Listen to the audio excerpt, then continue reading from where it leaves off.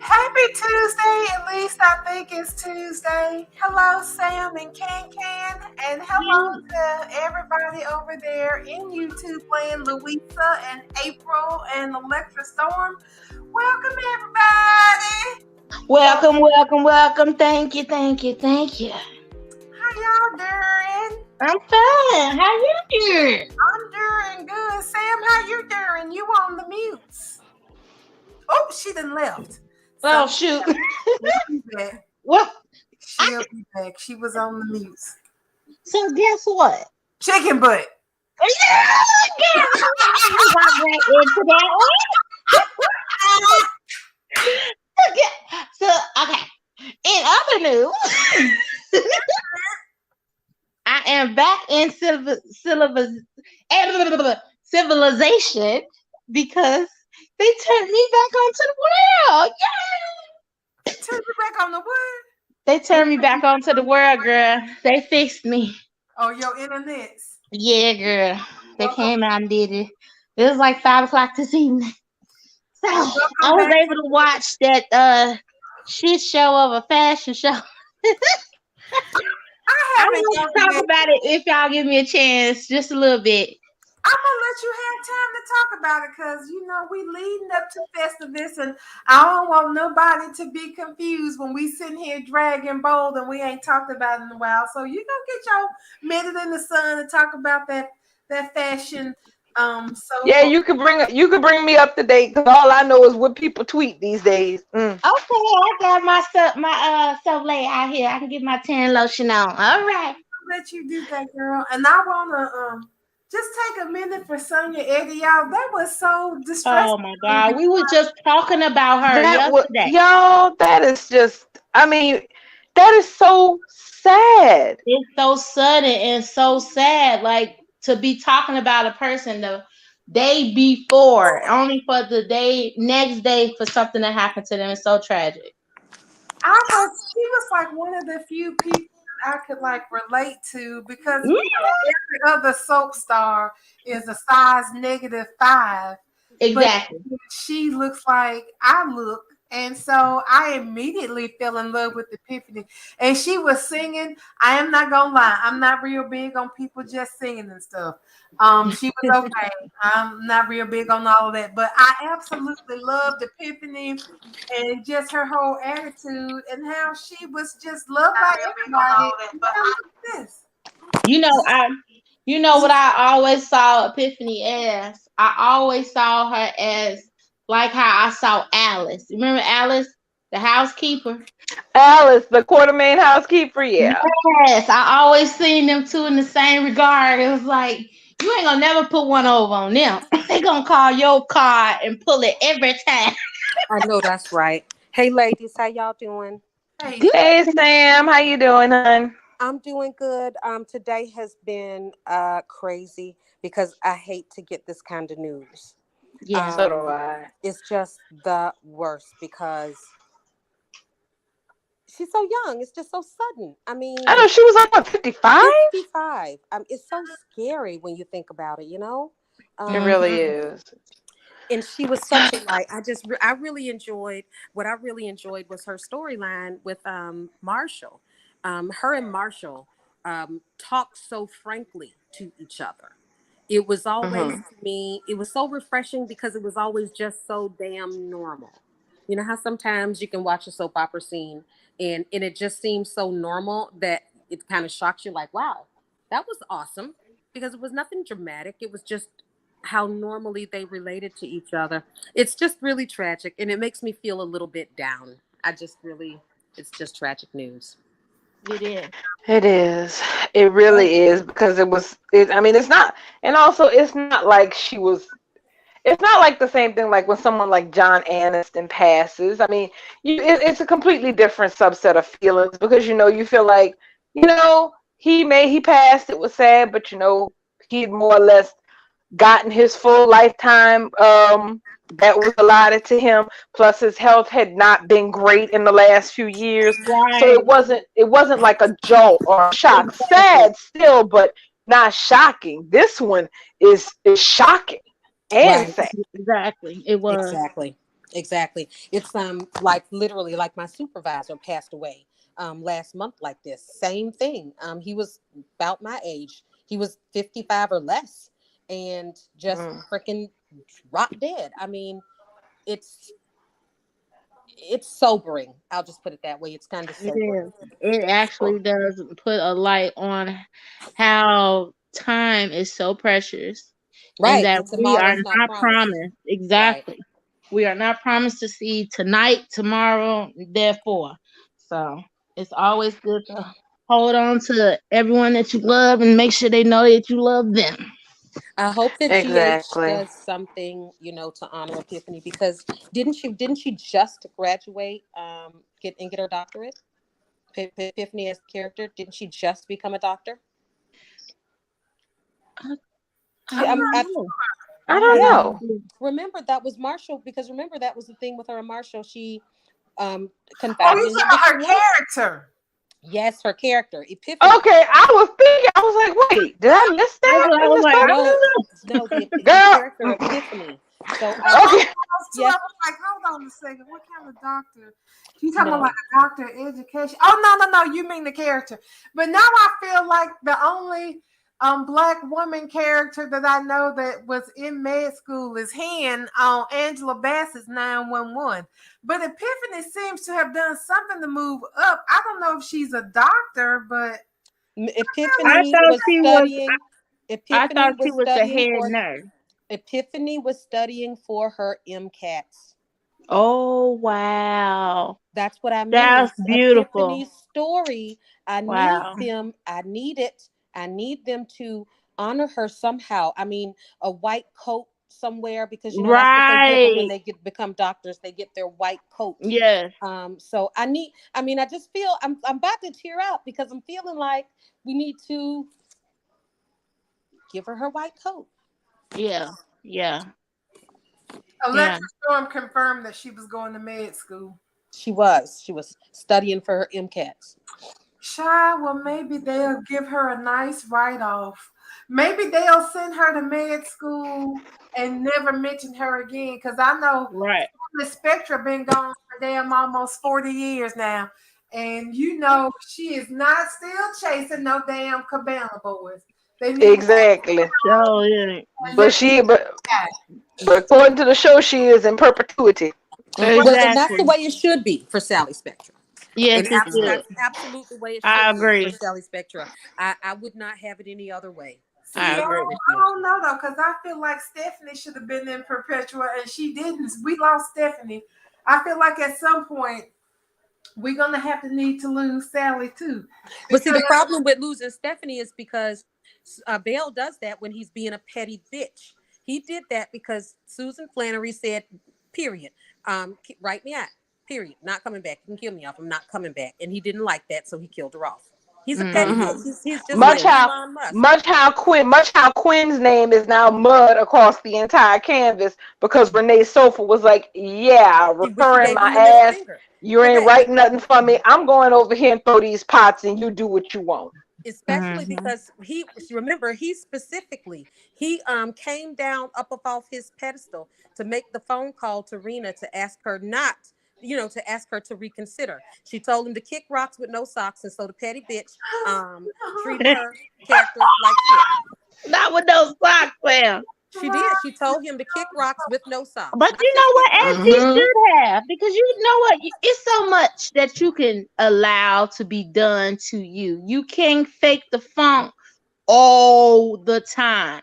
And if you keep trying, evidently it's going to make your work suffer. And people who know how this game works know I can't keep faking the funk. I'm not finna keep coming to work knowing damn well I may not be on for another 2 months and then just acting like it's fine, it's cool and it's dandy when it's not with me. So hey, I praise her all the time for it. That's fine. That's great, girl.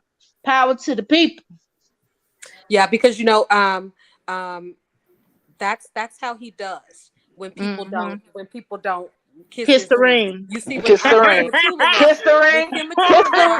That's Well, funny. kiss He said the the ring same or thing. bend. When Kim And and this Tula left, they wrote her out like she was Grace Kelly leaving that bitch, right? Wait a minute, who?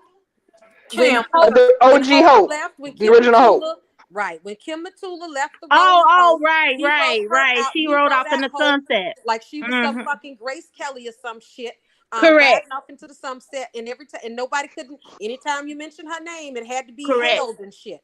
But Correct. but other people leave. You know, they can just like Jacob the Young. They get tired of his shit and they don't kiss his ass, and he act like a petty bitch like Elon Musk, and we the viewers have to suffer.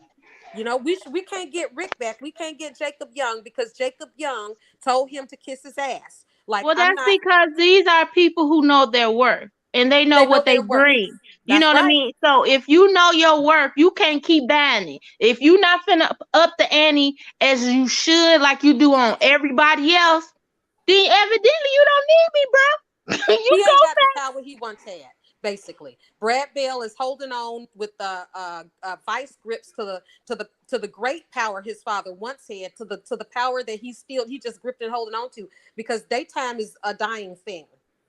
So it's a dying craft. He's the king of a dying genre. Yes, at this point. And if you're not bringing it, you are letting yourself in for one hell of a headache. But yeah, that's how he is. He is literally, he wants people to bend the knee, and if you're not, then well, not only are you gone, you're going to be gone infamously. Right. And when he does that, we as the fans pay the price. He's going to get his little petty vengeance and it's over. But we got all these quarter fans out here just like high and dry. I mean, how do you treat a fan base this way? How do Quarter fans, Zende Nicole fans, Rick Maya fans, so many stories told with no ending. The part that's kicks. You don't get, there is no actual ending. Oh, y'all know today is not August 23rd. I know it's not. We're doing Festivus tomorrow. Exactly. On Thursday. So wait, let's turn the show into Festivus. I know we didn't. Festivus that crept up on our asses. Let's get back to the story. So who y'all want to get into first, Days or Y&R? Because they both gave plenty. Or GH. Well, start with Y&R then, because the chat down there loves Y&R. Okay. What y'all say down there in the chat? They gonna go with Y&R. So I'm gonna get the last 5 minutes. Bubble. Yes, honey. Okay. Well, Y&R was absolutely very interesting today. I feel like all the soaps had a theme, the ones that I watched. And today's theme for Y&R was projection. There was a lot of projection going on. First of all, I need them to get Sharon Case the hell out of Crimson Lights, because I'm sick of them locking that woman in there like that, like Crimson Lights is homicide or some shit.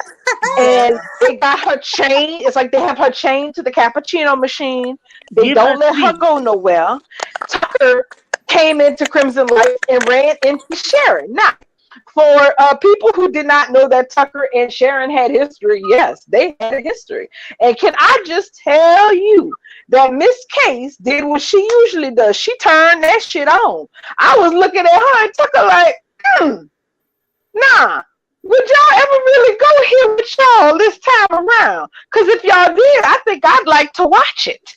Because there was this crackling tension, this flirty banter between Tucker and Sharon. Because the thing is, Sharon was 100% calling Tucker out on his shit. She was like, I know you don't think you're going to pull one over on me. You ain't as complicated as you think you are.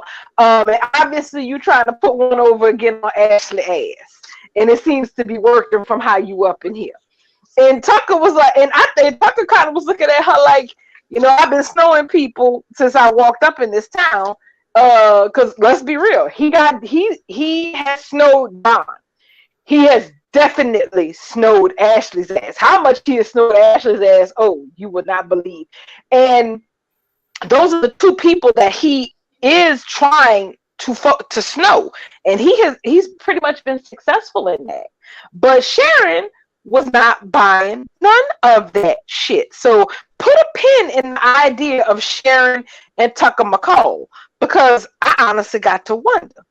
Then we have the other thing that I'm gonna talk about. What got on my nerves? Elena and Nate. We are back where we started with Elena and Nate. Where are we back when we started? Okay, first of all, Elena is coming home dead tired. Again, y'all, we had that period where Elena was just sleeping 24/7, and I was just waiting for them to either make her pregnant or say she had leukemia or some shit. Never happened. She was just exhausted from her job. So Nate came back from LA, and apparently everybody in LA was kissing his ass. And Elena was congratulating him on everybody in LA kissing his ass, which, nauseates me because I don't like Nate like that.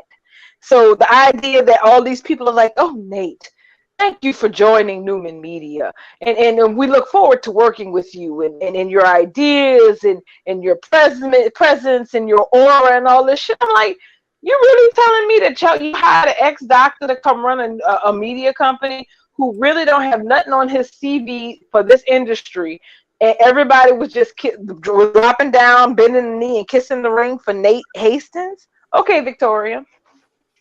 Whatever. So he left to go to get lunch, and she was going to stay home and nap.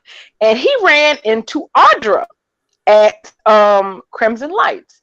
Do y'all remember when I said not that long ago that we had a problem where we didn't have any successors for certain roles in Genoa City? Like with Brad Carlton's passing and Nick suddenly, not being the man whore he used to be. We ain't got no male gigolo, and then we ain't got no vixen neither. Well, Audra seems like she is the answer to that problem, because she works for Tucker and she's also sleeping with Tucker. But she also made it a really good point to schmooze up to Nate at Crimson Lights today. Schmooze up to the point that he was basically doing the same thing, the same shit with her that he was doing with Amani. And she was up there stroking that ego like Nate likes. And to the point where he told her, well, once everything, is over with Chancellor Winners and the IPO goes through, if you're looking for a job, hit me up. And she was like, oh, you'd offer me a job? He's like, I like to surround myself with people who believe in me, basically. I was about to throw up. And Elena showed up at the office to offer to take him to lunch, and then he told her that he went out to lunch with Audra, and Elena got this look on her face like, here we go again. I'm like, girl, you was just here with Amani. You were just in this same situation with Nate and Amani. And it all ended up going anywhere. So you should be able to read the tea leaves already. And she was saying that she didn't trust Nate at all. But then, go ahead. What got me was him just ditching her. Like, dude, what? You just really left her again? Yep. I don't know why she's still with him. I don't know why. I keep expecting him to sleep with just about anybody. I done dragged Victoria, thinking that she was gonna jump his bones, and ain't nothing happened yet. And if you notice, Victoria came back from LA with lighter hair, blonder hair. It's a little bit blonde now. Mm-hmm. So I honestly have to wonder what the hell the plan is, because how do I put this? I feel like I don't think all these stories are going somewhere. That's the thing that's concerning me right now. I feel like we got all these irons in the fire and a couple of different things could pop off, but all of these things aren't going to happen. Like, they had Audra flirting hard with Nate, okay? Then they had, or rather her smoozing up to Nate. Then she went to go see Tucker when he texted her, and they got into a little snippy little discussion where basically she was like, you don't know what you want. You don't know. I don't think you know what you're doing. And more importantly, I don't see what the hell is in this for me, because you basically are just changing up whatever you want. When you showed up, you said you wanted Chancellor Winners and you wanted Jabot. And now you sitting up here talking about how you offered Ashley a chance to spin off into her own company and just leave Jabot behind. And she's like, so what are you trying to, so what is it? So basically her thing is, you're making all these changes. And he's like, well, you have to be fluid. And she's like, fuck fluid. How all this fluidness is going to, what's this going to do for me? Now, I respect that. I respect a character who's like, you change your plans and you make it sound like these changes have anything to do with what benefits me. And I don't see where there's no benefit for me. So what the hell are you talking about? Well, somebody said they feel like the writing is all over the place. They don't really know what they want to do. Oh, I think Sam's trying to get in. I thought she was in. No. She was, but I think she she was in twice at one point, I know. But then I don't see her at all. And I saw Maya on YouTube said that Sam needs to get in. Yeah, I don't see her in the waiting room though. So we'll wait on Okay. her to come back. All right. But and you know what, Bubs, I kind of think that they're right, because here's the thing, all these stories cannot go someplace. Like with Nate, I would have given you dead to rights money that Victoria would be riding his ass by New Year's, or at least shortly after. Okay? But then you had this new thing pop up today, which I'm going to go back to in a minute. So Audra goes over there, tells Tucker whatever she had to tell him, and they end up having sex. Whoop, whoop. Yes.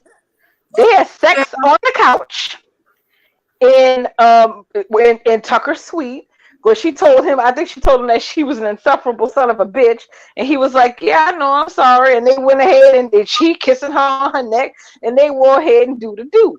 But here's the thing. Immediately after they finished doing the do, he hopping up, putting his shirt on, and she putting her clothes on. Who knocking at the door but Ashley? Ooh. Tucker, open the door, Tucker. What are you doing? Open the door, Tucker. How the hell you gonna go to this man's hotel room talking about, what are you doing, Tucker? Open the door. It's me. Tucker. Open up, Tucker. Oh my God. Wow. So she no. Girl, yes. Audra to go hide. I'm like, hi, where is she gonna be out there on the ledge like damn Eric Forrester? Or is she going under the bed like Queen? She going under the bed like Brooke when she was at Bill House. There's a hotel room that ain't got but one other room, and that's the bathroom that we never see. The bed and the living room are in the same area. What the hell do you want her to go hide at, sir? Hide in the bathroom like that. That's what happened. She hid in the bathroom. I was about to say, what happened? So this was at the end of the day. So she ended up running into the bathroom. Now, the first thing I'm thinking is this. First of all, here's the thing. Ashley Abbott is not 25 anymore. Okay? No. All right? Ashley done been on this show since the goddamn 80s. And I feel like at this stage in her life, Ashley should be quicker than this. Because here's the thing. Ashley and Tucker used to be a thing a long time ago. And one of the reasons they stopped being a thing was because he cheated on her with Diane of all people. So I'm sitting up here thinking, Ashley, I know you're drinking the Kool-Aid that Tucker is laying out for you, but it's like she's so distracted with this venom that she has towards Diane and her coming back into Jack and Kyle's life the way she did, which honestly I feel like she has displaced aggression about Dina, because the way that her and Jack got into it today, I really felt like you are still so mad at your mother who's dead.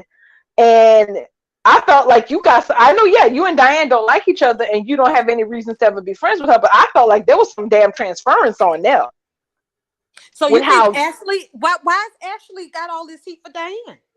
That's the thing. Tucker actually touched on it, that he kind of felt like part of the reason she was so hard on Diane was because of because she slept with Tucker when they were still engaged. And she was like, well, yeah, that is a little bit about it. But she also said, and this was also clarified when Jack and Ashley got into it today, she has absolute contempt for Diane for abandoning Kyle. She does. She despises that she abandoned Kyle. Now, here's my thing. Kyle's a Well, grown she didn't man. really abandon Kyle. I I think mean, it got people was something trying to to do with kill that. her.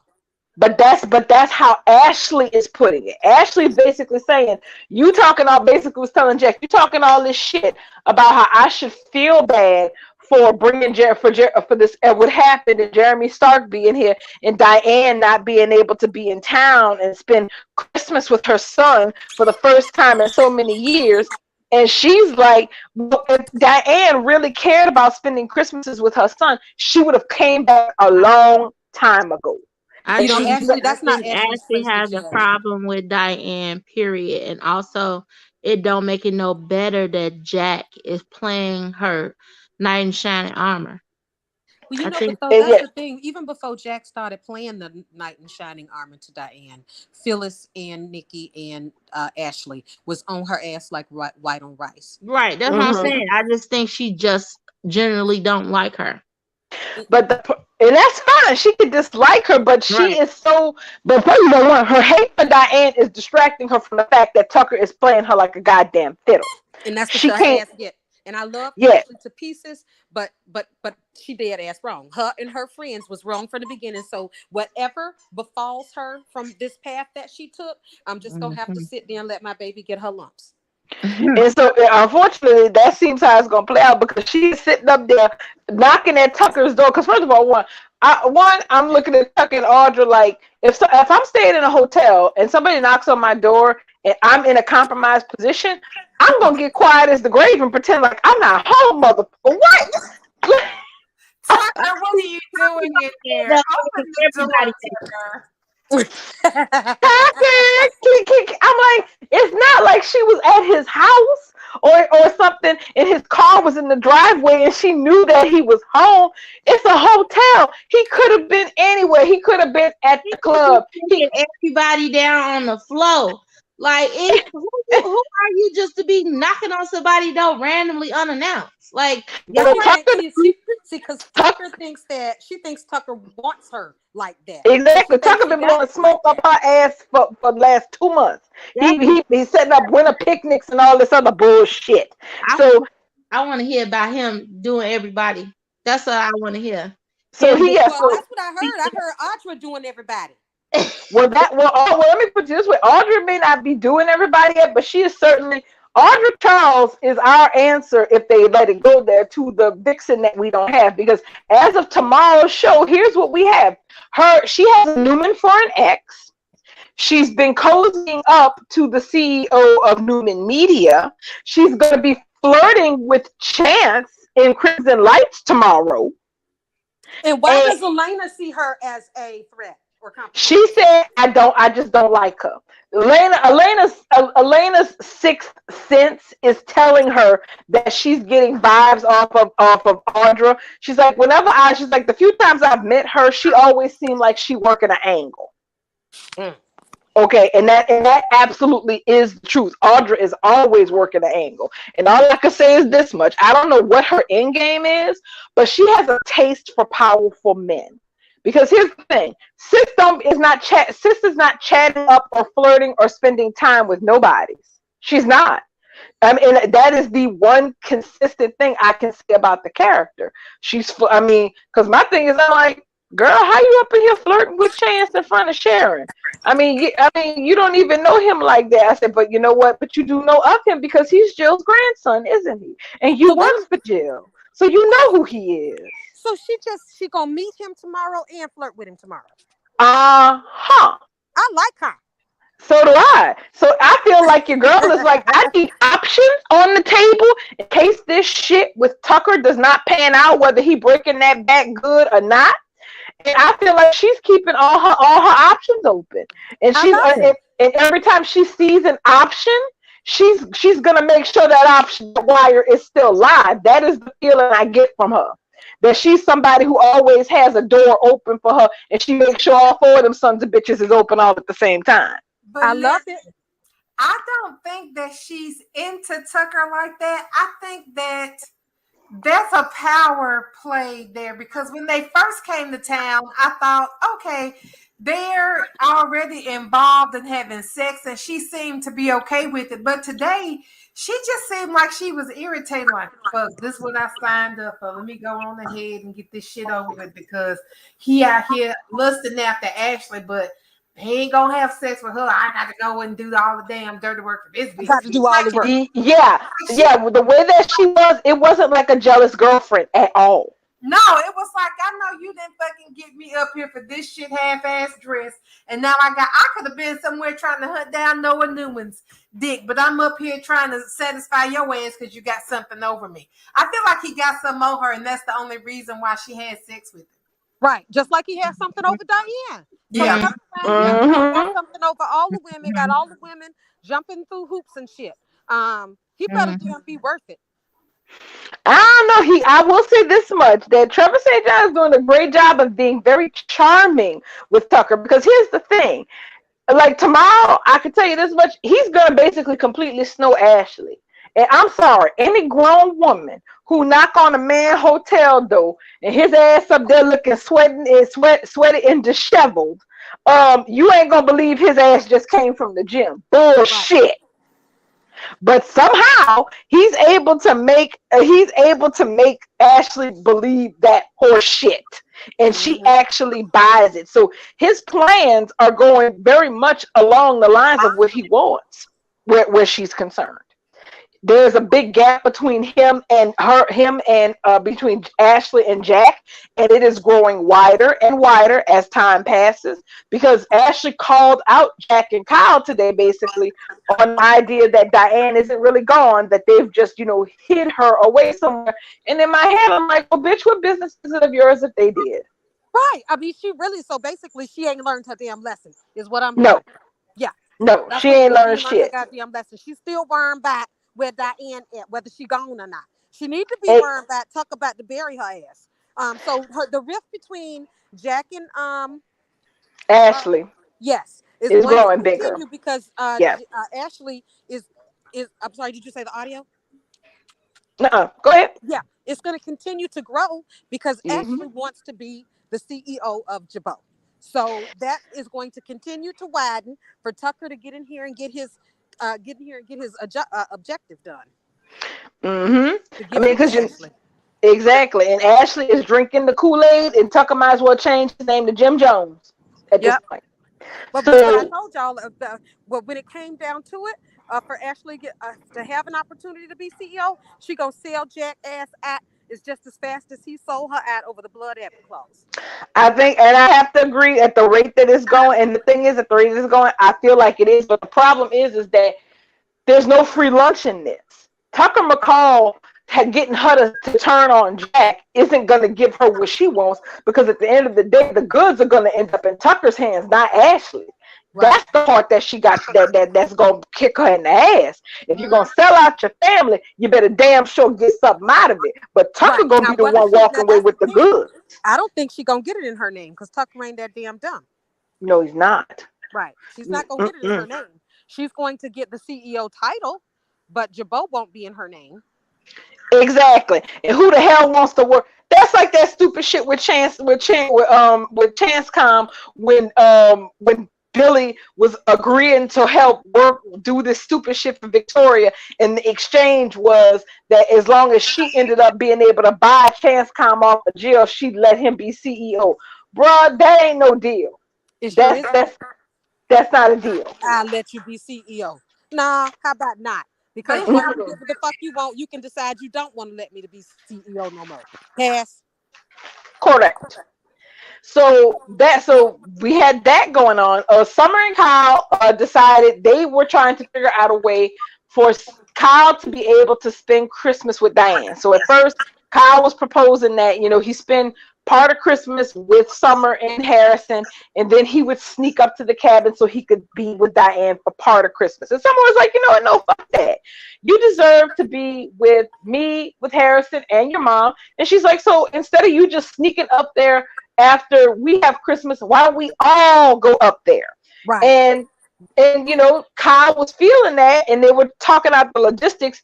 And they were like, well, we just won't tell Harrison where we're going, so he doesn't actually mention it to anybody. There's like, but the one problem is, how are we going to sneak up there without Stark realizing we're sneaking up there? But we do know from the promo that they sorted out, because somehow we end up with Kyle, Summer, Harrison, and Jack at the Abbott cabin having a happy Christmas with Diane. Where So they supposed to this be. works out. Listen, that is so Exactly. beautiful. That is so beautiful. We're gonna have Jack and Diane, Kyle and Summer, and Harrison. The parents, the grandparents, the grandchild. I fucking love it. That's Christmas. So do I. And the thing is, I'm waiting to see if by next week, if the shoe drops with Diane on anything else that I haven't seen. Because if it don't drop next week, then I'm kind of feeling like there's not going to be another shoe to drop then. Because part of what happens tomorrow is Jack goes and makes Jeremy Stark a deal. Now, here's the thing about this deal.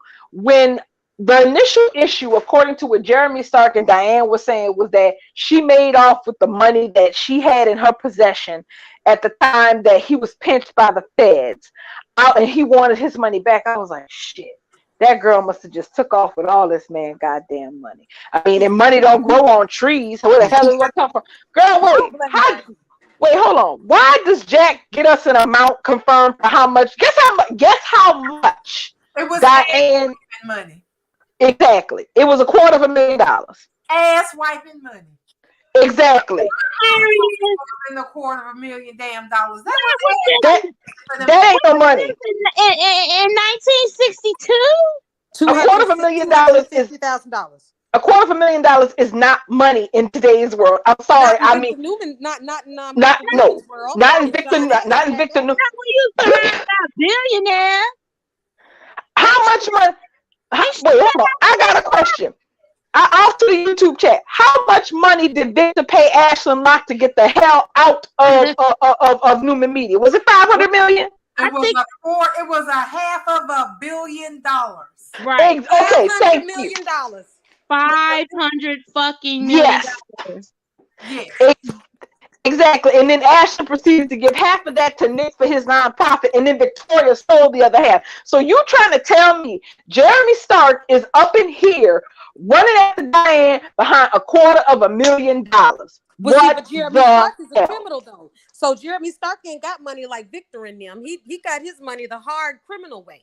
So he wants his He worked for his money. He want his 250 stacks, baby. He wants it all. He wants said every I had goddamn pile of $1 bills of that money because he's a criminal. He's not, getting the tax write-off of the billions that he lost motherfucking last year. He want his money. But listen, right. His money don't make money while he sleep.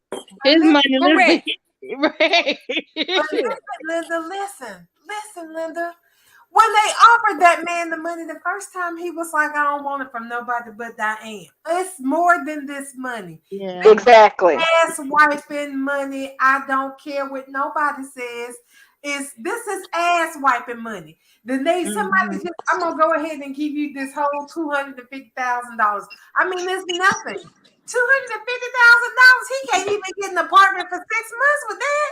That's ass wiping. You can't buy a decent house in half of the markets in this country for $250,000. Right. So, something else is going on, and I'm it's gonna be a child or some drugs or some shit. Yeah. I'm putting my money on a baby. Yeah. I know. I'm waiting for like that for ass wiping money. So y'all think Kyle got a brother or a sister out there? Maybe. Yeah. Because I really want to put, I really want to put both my feet in on Jack and Diane as a couple because I really support it. I love the chemistry. I love the vibe, and I'm loving this whole family thing with Kyle and Harrison and all that. I love it. But the only thing that's generation of the Abbotts. Exactly, but which is sorely missing because the Abbotts are the most under-reproduced family on the damn canvas. Correct. Whereas you have Newman's crawling out of the woods. He needs his own Nikki. Right. That's what I've been saying. It's a damn shame that Jack Abbott doesn't have his matriarch. Correct. Exactly. So it's like I kind of feel like there is something else there. What it is, we don't know, but it's got to be something because I'm sorry, $250,000 is no money for Jack Abbott or Victor Newman. they could get that in their sleep. Okay, and also probably got that much money in his damn cookie jar fund. Okay. exactly. All these people got trust funds, and then the kick is Jack is gonna offer him double that. He gonna offer him $500K to get the hell out of town and never be seen again. Double what Diane supposedly took, but Stark still wants to see her. What the hell is this? So I'm waiting for this shoe to drop by New Year. I don't know what it is, but there's a shoe. It's gonna have to be another kid, and then they're gonna be like, "Oh, so you was out raising this kid while you was lying to Cal about being alive, or oh, you just out here abandoning all your children left and right." I'm telling you, it's gonna have to be a kid. I kind of sort of think you may be right about that because she was gone for over 10 years. Mm-hmm. So that's it for that side of the story. Now, something interesting did happen. So you know how Billy is doing this help Chelsea thing. So he strolled into Victoria's office today, okay? And he told Victoria that Chelsea had bought Johnny a Christmas present, and she wanted permission to give it to him. Now, Chelsea and Victoria had a conversation because Chelsea, you know, was on her apology tour, and that included a stop at Victoria. But Victoria was very, very against this 150%. She was like, we need to put boundaries in place. She's like, I get that Chelsea just went through this terrible thing and that she's trying to recover from it, etc., etc. She's like, but you know, I'm Johnny's mother and I need to make the decisions that are going to be best for him. She basically was like, I can't be concerned about Chelsea recovery. I got to worry about the child. Okay. And so Billy was like, you know what? Okay, you're right. We got to respect what Johnny wants. So we should ask him, because the last time Johnny said he didn't want nothing to do with Chelsea. Okay, he wasn't comfortable with it. So his reasoning was that let's ask him again. So they get Johnny over to Crimson Lights and they basically bring up the topic. And here's the thing. Johnny has done a complete 180. He is fine with getting a present from Chelsea. He even wants to accept it personally. And also he turns around and says, well, if she got me a present, I should get her one, right? What is she like? What are her hobbies? And I'm sitting over here like, and Victoria has this look on her face. And the kid is smart, because Johnny peeped immediately that the whole problem with this was not whether or not he was comfortable with it. It's the fact that Victoria is not comfortable with it. Mm-hmm. He was like, well, Mom, if you're not comfortable with it, you know, then I won't do it. And she was like, no, it's not about me being comfortable with it. If this is something you want to do. And Billy ass, his ass is a fucking enabler, because he's like, yeah, you know, me and Chelsea can, you know, meet her. Me and you can go meet Chelsea and Connor, and y'all can do a gift exchange. And Victoria's sitting over here looking like, what is this bullshit? Right, a gift exchange. What is you pushing? See, people feel like people are taking Lily and Victoria as the villains, but we see that the problem is Billy. I don't put no blame on Victoria or Lily, except for they just had fucking poor ass choice in men when they chose to lay down with Billy and get involved with him. But they not in the wrong for questioning everything. Like Lily really is not in the wrong for saying, hey, you don't need to be Chelsea's #1 support system, because she got a team of doctors, she got therapists, she got Sharon, she got Adam. You know, she don't really, I mean, I get that you was there when all that shit went down, but you probably need to be in somebody's therapy session because you're not okay. It's a spammer. Did you catch the spammer in the chat? I'll be damned. No, I didn't, because y'all know I'm out here trying to juggle the world. Y'all know I'm out here trying to buy my groceries. Girl. But yes, Victoria was not feeling it. She was not feeling it at all. And it's because when you gotta think about it, honestly, from her perspective, she's Johnny's mother, and that is the way that it's supposed to be. But up until now, it has not just been her being Johnny's mother. It's been Chelsea being in town and being as far as possible from her child. And now all of a sudden, and the thing is, Donnie having an issue with Chelsea before was fine. But now that he's up here, he's not just up here saying he's cool with meeting Chelsea, seeing Chelsea, and hanging out with Connor, who's really his brother. He's asking about his birth mother's hobbies. He wants to get to know her. Yep. And Victoria is threatened by that. And that was really, really clear, because no matter how you want to slice it or dice it, Billy having his nose wide open all up in Chelsea business, and now Johnny getting involved in getting to know Chelsea more, because at the end of the day, they are the birth parents, even if Chelsea signed her rights away. So that is making Victoria uncomfortable as hell. Well, she needs to blame her damn daddy, because he put this shit in motion. And this is in the point blank in the period, is that she knew who Johnny was when she adopted him. She knew. See, grown people need to realize when they taking other people's fucking children, that those children grow up to be adults one day, and those parents are never not going to be their parents. Exactly. And but the thing is, now that Billy, and the thing is, up until now, their relationship has been, contentious. And even after things stopped being so ugly between them, they settled into like this unquiet peace between the three of them, okay? Where even when Billy was no longer together, it was still, and it was still acknowledged that they are Johnny's parents, and Chelsea don't have nothing to do with all that. Now that Chelsea was reaching out before, but Johnny was rejecting it, that was fine as far as for Victoria. But now he's not rejecting it, because you can't sit up here and say, hey, this is about what makes Johnny comfortable, and I don't want him having adult problems put on him because he's still a kid. You can't play that card when Johnny's saying, oh, I am comfortable with it. I'm fine spending time with Chelsea and Connor. Connor's a cool kid. I like him. Oh, what is Chelsea like? Does she like perfume? Does she like games? Because I really want to get her a present if she got me a present. But boy is totally cool with it. And you could just see the blood draining out of Victoria's face today. You know what it is? That boy is bonding, not only found a mother, but he's bonding with his brother. That's what is going to bond that family. Chelsea, Billy, Johnny, and Connor. Connor is Adam's son, right? Yeah, Connor is Adam's son. Yeah, but if she hooks up with Billy, that's going to be the family unit. Even though Victoria adopted this young man, this child. So, I show hated for Victoria. Because that boy is bonding with his brother. He thinks his brother is fucking cool. He likes hanging out with him. And they like each other. About a mom that they have in common that he knows nothing about. So he's learning.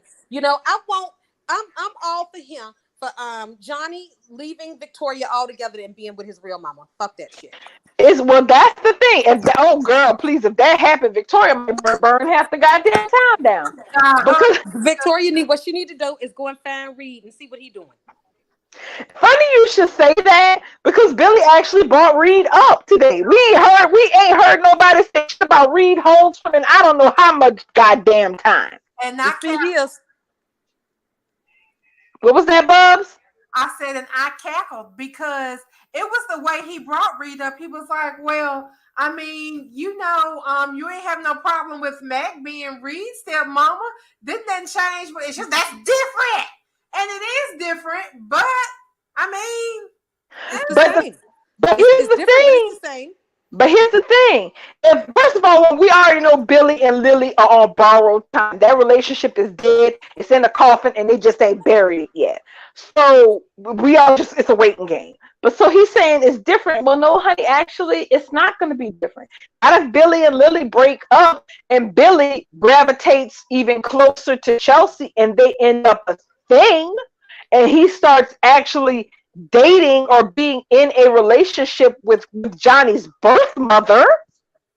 Right. That's a whole different kettle of fish. That's right, because they are Johnny's parents. This is my thing. People might, think that I'm some kind of a person that think that blood is everything. I don't. I've raised other people's children. You feel me? I have a grown man that walks around here and calls me mom. He knows his mom. He loves his mom. I respect his mom. That's my baby. But you can't take other people's children. You feel me? That child chose my ass, right? He chose me. I didn't go take him from his mom. His mom knew who he was. She was like, well, he won't listen to me if he'll listen to you. We gonna do that? Yes, we can do that. We can do this fine. Oh, Electra Storm. He respects his mother. Mm-hmm. I'm not doing stuff for other people raising other people's children. I just don't like this shit. I don't like it. Right. Oh, Electra Storm. Reed is Victoria's son with JT. We never see his ass, and the last time we heard he was away at college, but we have not seen Reed in many years at this point. Yeah, since around the girl died. Remember when Lily the car accident that Lily had with Devon's baby mama. Oh, he was around at that time. Reed was around at that time dating Lily's daughter, Maggie. What was her name? Right. Maddie. Right. So Reed. So for Billy to sit up there and bring Reed name out the closet, I'm like, I'm surprised. I didn't know y'all even remember Reed ass existed. Shit. Right. Reed is a young man at this point. I mean, while Vicky around here and I understand she raised Johnny. I get that. But you can't at the same time try to erase a parental parent. You can't do that. You can pretend they don't exist, but reality is going to come crashing down. See, I feel like it would be different if Chelsea had been an abusive parent. Then then have that. But she wasn't abusive. She just, I can't really keep him, and you over here fixing to marry these people that's got the money, and I don't really want and can have a kid, or whatever her reason was for giving that boy. She did what she thought was best for him. It was best because she was a mess at the time. She was a con artist, and ended up knocked up during her latest con. So she was in no position to be raising a child. She didn't have anybody or anything. So Billy she didn't just abandon him. She gave him his daddy and his daddy's wife and said, okay, I can't be a mama. It'd be different if they had took that little boy from her because she was shaking him or beating him some shit. He coming around with dotted eyes and scratches. That would have been different, but she did with a loving parent who can't afford to keep or can't or isn't capable of raising the child is supposed to do. If you're going to go ahead and have it, give it to people that can raise it. So while Victoria's sitting here feeling threatened, that's really stupid because at some point that little boy was going to wonder anyway about his real mama. Was she going to plan on keeping that from him forever? But that's exactly what I mean. What did she and Billy were thinking all those years when Chelsea was they was bumping into Chelsea, Johnny's biological mother, for all these years? I mean, it's beyond ridiculous to me. Beyond. Right. And somebody said that Chelsea was actually his aunt at one time. And when she was married. When she was married to Adam. That was. But Billy said that.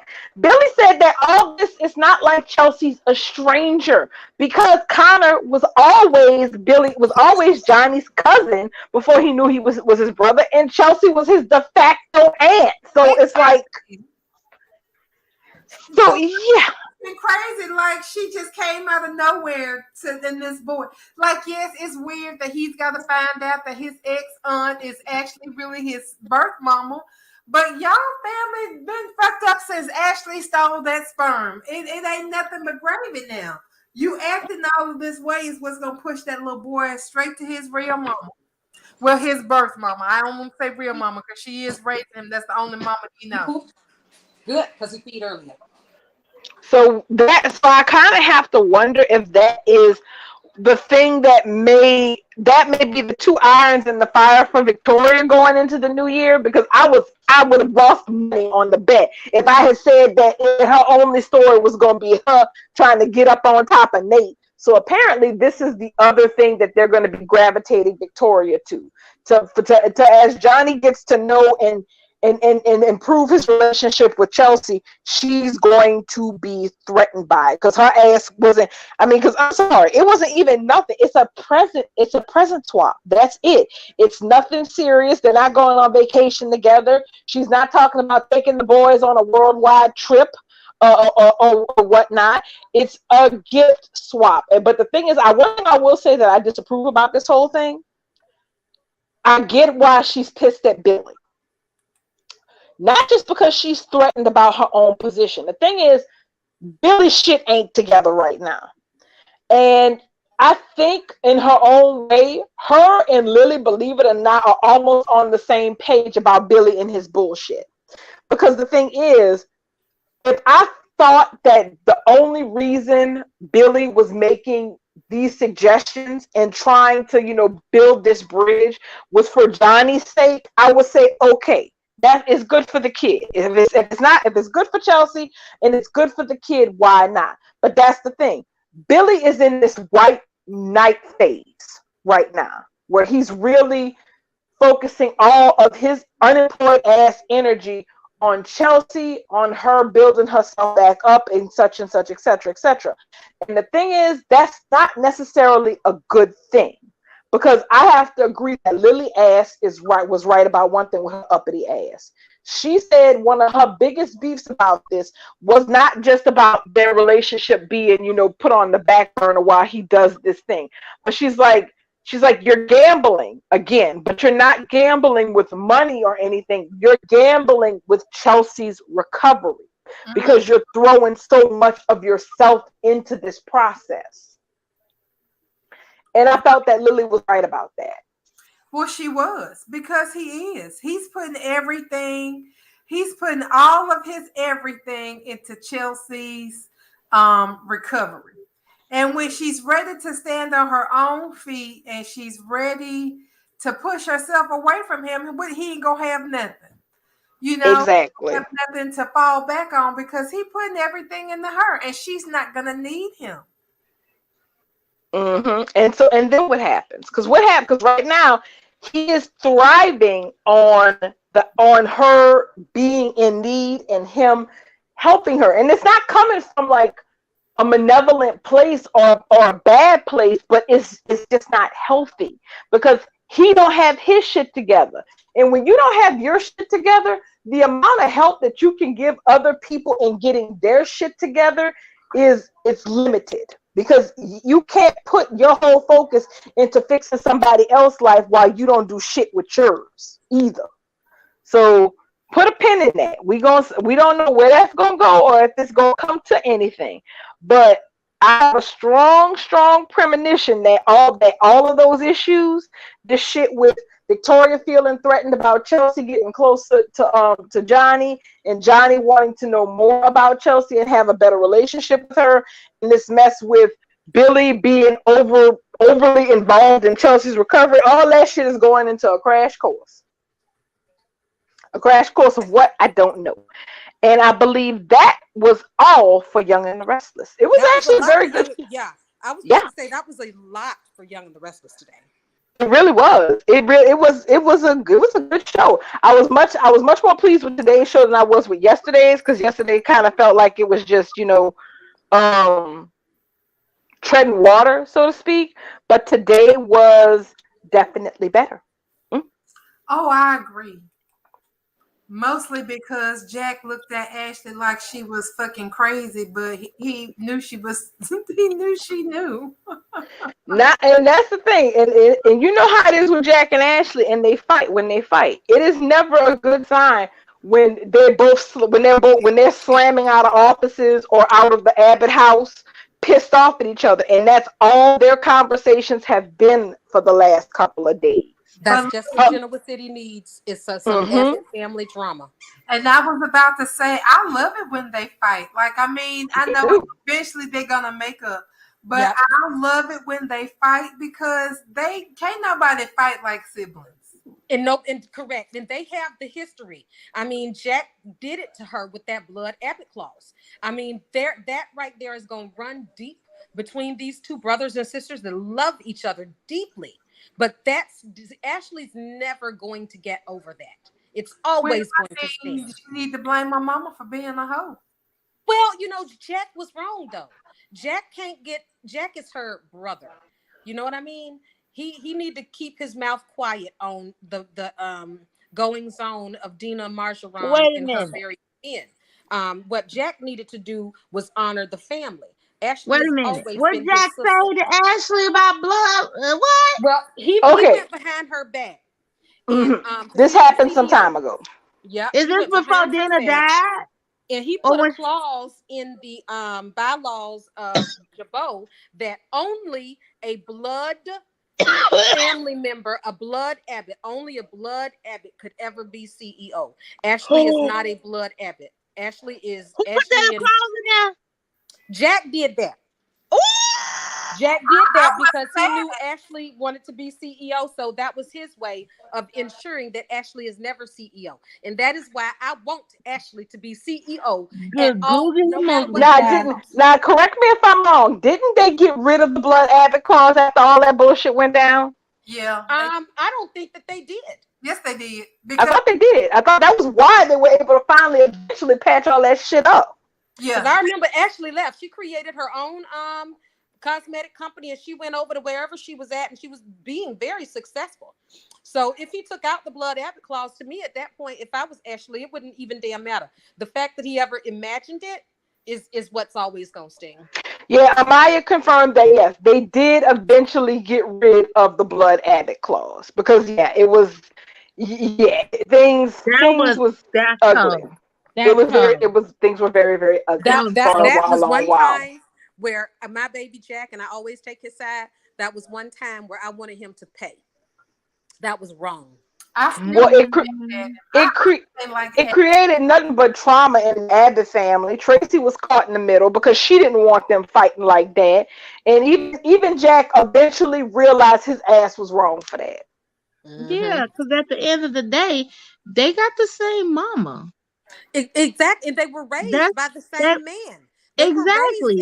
It don't make a difference who you fell out of. That's your blood. That's basically sibling. Right. You know what I mean? I can't. Yeah. Ooh, child, he was dirty. Yeah, Jack is a motherfucker when he wanna be. When it comes to the big chair. Yeah. We can't let this night go by. Please, because we can't. Yes, we got to stay on course, y'all. We got to get into because it's 8 o'clock and we still have to get to days. Yeah. Let's just move on to days because I promised Can she was gonna get her time. Yeah, we gotta give her time. So days, the theme for days today seems to have been mental health. Yes, it was good. Was the theme today. That was absolutely the theme today. I loved it. That was my concern. Was since we know Ava was literally she cracked. She was hallucinating Charlie in her head, and she lost it. So today, it was Sarah could see it. We actually could see Ava acting out in front of Sarah, the doctor, and so she's going chef off to Bayview, hopefully where Claire Bear is. Correct. Hopefully we'll see her again in a year or two. And like Bubbles said earlier, where karaoke Bonnie gonna end up going because she's seen all 3 clowns today. Yeah. But so that they said Bonnie was gonna go and see Marlena and be treated by Marlena. That usually is outpatient at the hospital. Yeah, but Marlena gonna probably admit her for observation. Marlena getting ready to die. That's right. So you guys, Bonnie probably is gonna end up in Bayview. You're right, because Marlena won't be able to treat nobody.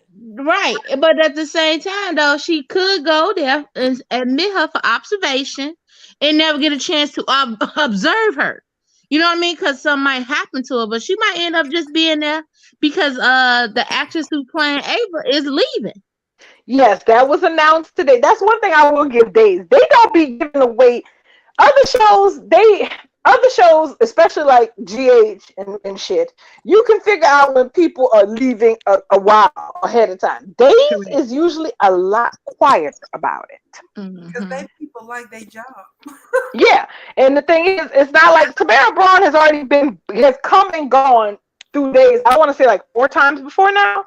So they're made just because they're right, and that's the thing about Days. Days is not like the fashion show and shit. Well, when people get written off, you ain't gonna never see them again. Oh no, we will see Ava Vitale and Tamara Braun again, guaranteed, because they always keep they may send you off the campus for 6 months or maybe even a year, but your ass is coming back So her Correct. being That's right. shipped off to Bayview does not mean we are done with Ava. And all I can say is the timing of Ava's complete breakdown was exquisite. Right when she had Xander by the balls. Yeah. And, That's right. Baby, she was in there looking like her old self, and just soon as he leaves, she snapped. Ain't that So funny? did. She So was that's the back to thing, her and- old self. So Xander turned Ava on, and as soon as Xander leave, she done flipped right out of it. She done snapped into a whole new mode where she done got head injury, she hemorrhage or something, then caused her to have another hallucination of her baby. Well, so yeah, but that's what Family Patch and Steve and Tripp discussed it today. Ava had witnessed Jake's death, put under excruciating pressure from EJ. She had been through a lot in a short amount of time, and Correct. she literally just has not. That you know, when you don't have a lot of people that care about you, just checking in on you to know what's going on. The only person she really had was Tripp. It was And he Tripp. was in Seattle. Right. So there was nobody to see that she was slipping into madness. And now that people see, Tripp is not going to leave her side. And I'm just really is it just me? Is Twitter weird? What is all these Twitter people so confused that Tripp still loves his mom, even though she tried to blow people up? Listen, what is the problem? Are these people not okay? You can tell these aren't breastfed children. Listen, when are you not? When are you? Is there expiration on when you're supposed to care and love and dote on your parents? Let me tell is you that something. some new school shit? Is that from the Similac? I'm trying to behave myself in the Days of Our Lives tag. You know, I'm not trying to make no enemies or anything. I'm just trying to have some fun. So literally, I just, tweeted, thank you, Alex. Alex had to tell Stephanie, well, just because your mom does bad things don't mean you stop loving them. I mean, my mom did a lot of stuff. And that's the thing about Days. Days is full of maternal characters who have done crazy shit, and their kids do not write them off. Well, somebody sent me a tweet saying, I was just like, thank you, Alex, that you don't turn your back on your mom. Thank you. And somebody sent a tweet to me, well, hopefully your mom doesn't blow, set bombs up and do this, do that, and the other, blah, blah, blah, blah, blah, blah. And it was literally like, sorry, but it don't matter what the fuck my mama do. I'm not turning my back to her. Wrong or right. I'm gonna be there. I mean, if she's doing wrong, I'm gonna try to talk her out of it. But when it come down to it, if me and her have to fight a bitch, we're gonna do that together. We'll go home and talk about it later. But I don't know who these people are. It's just like I'm rolling my eyes because basically almost half of the people in Salem would not have relationships with their children if their children turned their backs on them. Here's my thing: do I think that Abigail should have still had a relationship with her dad, knowing what Jack Devereaux has done in his damn past? And all the raping that he's done? Yeah, I'm like, Devereaux. Yeah. I'm like, but you don't see nobody. If Abigail ass was still alive, you don't see nobody saying, I don't understand how she could still speak to her daddy knowing what he did. And Gwen trying to formulate a relationship with him, honey. And don't even get me started on the kerfuffle of Johnny DeMera being the product of rape. Okay? Right. Okay, but you don't see him stabbing EJ in the back and telling him never to speak to him again. The parents of Salem are up creatures, about 75% of them all. They trash, a lot of them. Yeah. They make hella bad mistakes, but they expect their children to be martyrs. Exactly. We got Steve Johnson. So the beautiful mental health thread today. Steve Johnson, Stephanie Johnson, Tripp Vitale Johnson. Having a conversation about Ava, Tripp's mom, right? Mm-hmm. And literally Steve is like, well, maybe she should have died in that thing. And Tripp go off like, how could you even say that about my mother? Right? Exactly.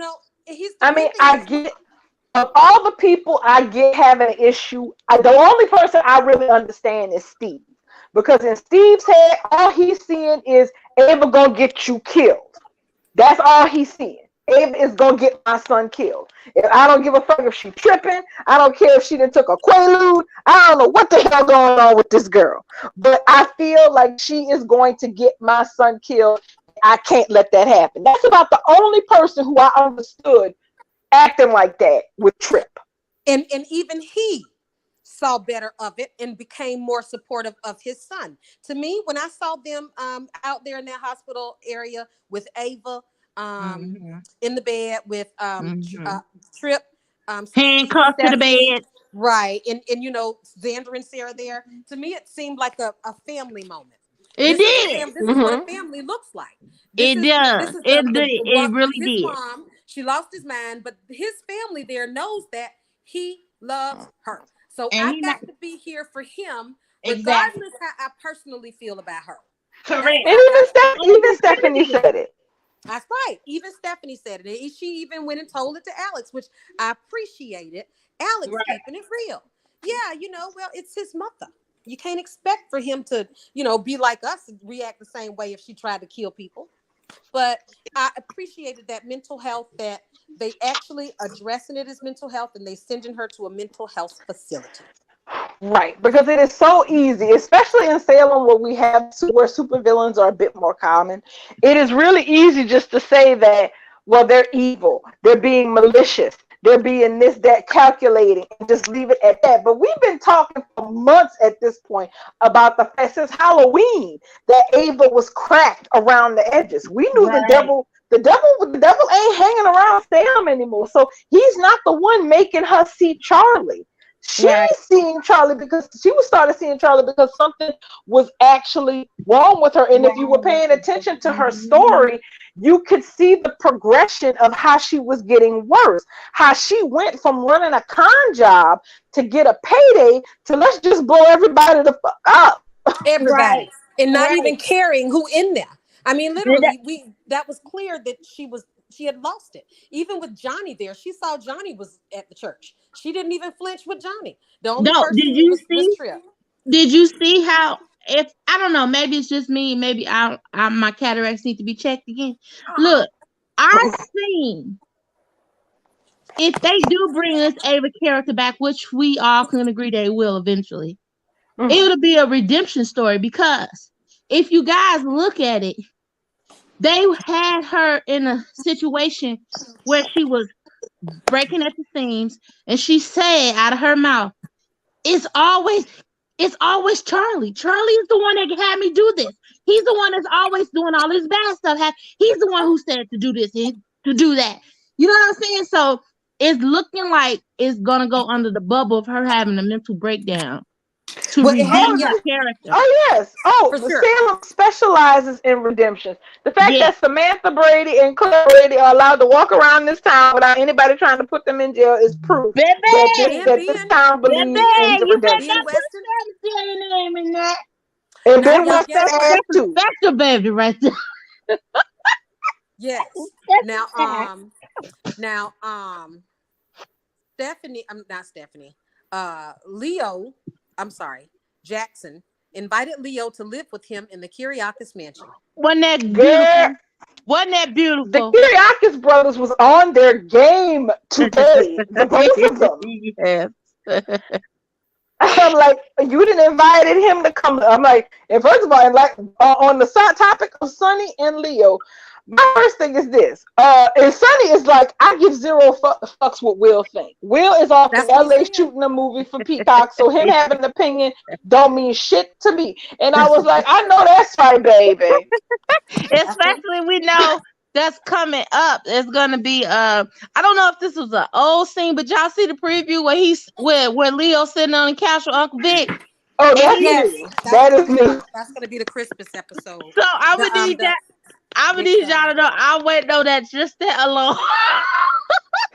I mean, Sonny, and that's the thing. Sonny is going to the mat for Leo. That pretty much cinches how much closer their relationship has gotten. He's not only willing to piss Will, his husband, off from a distance, he's willing to sit up there and be like, look, I'm going to talk to Uncle Vic. Don't worry about that. Right. I'm going to handle my uncle. Don't worry about that. Well, Uncle Vic would hand him his ass and Leo's too.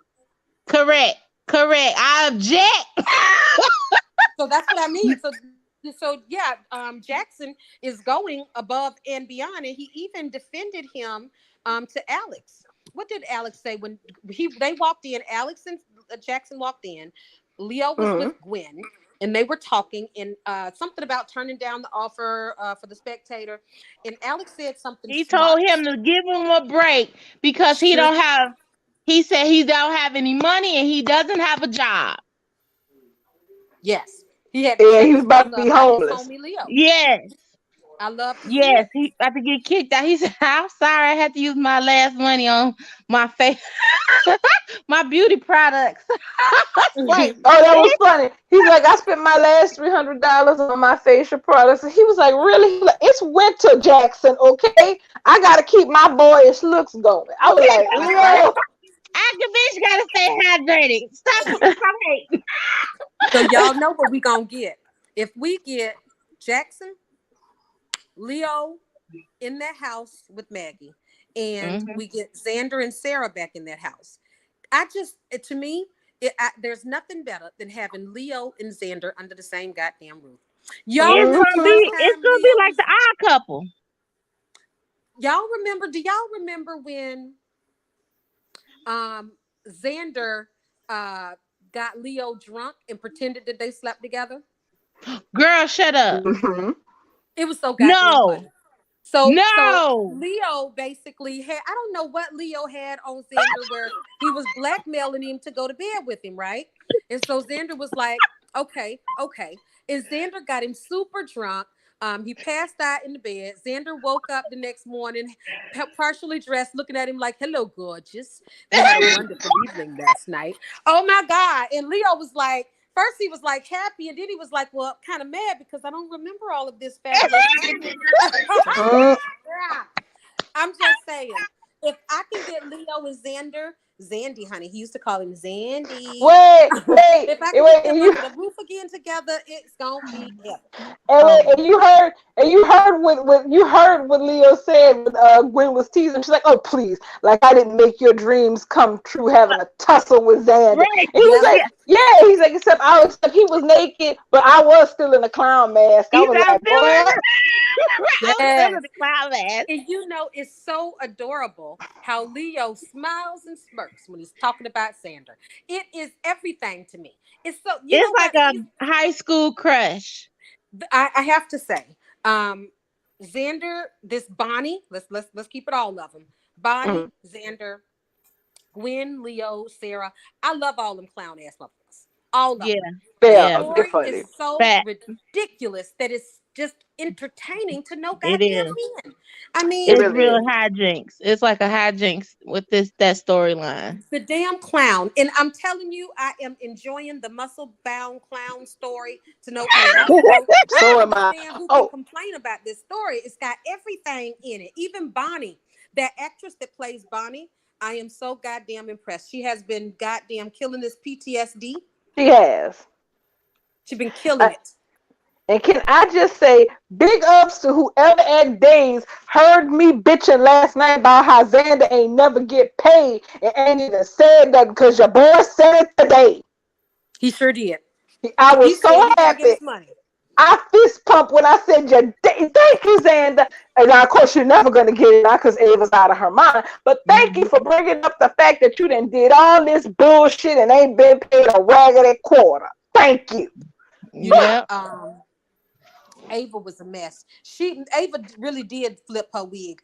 Ava was talking out her ass today when she was talking to Xander about not paying him because he didn't kill Susan.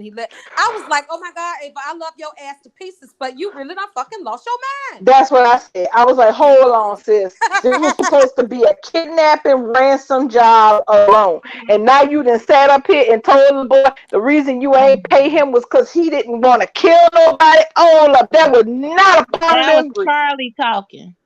Obviously. That was a mental health problem talking. Yeah. And Xander picked up that scalpel. I loved it though. Yeah, right. Me too. Xander. He is capable. So he is capable of slitting the throat, but he tries hard to walk the straight line. He picked up that scalpel.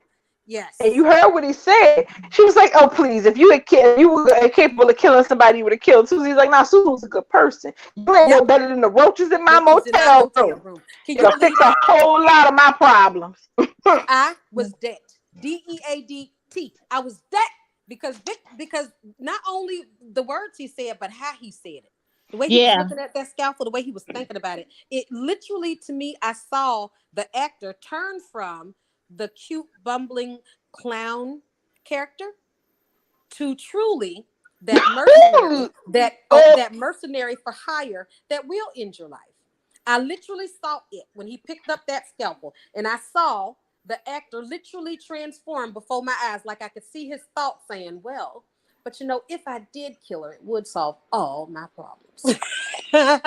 Oh Lord, I'm gonna have to go break this news to the people in my house. I don't care, but they will. Oh well. Exactly. But and also I have to say it again. Gwen is down for anything, anytime. I'm sorry. Xander's a hottie, okay? He's a hottie with a body. He's got the body, he's got the face, he's got the sexy ass accent. I love it all. But and he's charming. He's romantic. He's a good father. But you are not going to call me and tell me you need me to help you break a bitch out the hospital, and I'm gonna show up ready for the plan. Child, but Miss Gwen was. Gwen was ready. She said, "I got the car fueled up on my side." That's right. You know what though? But see, that's what we need. So we have Xander. I love Days because they make these characters so dimensional, so human-like. So human-like. Yeah. We have them. We know he's trying to do the good thing because he ultimately is a good guy. He just happens to be a good guy that is capable of doing some terrible things. And we have Xander trying to do all that right stuff for Sarah.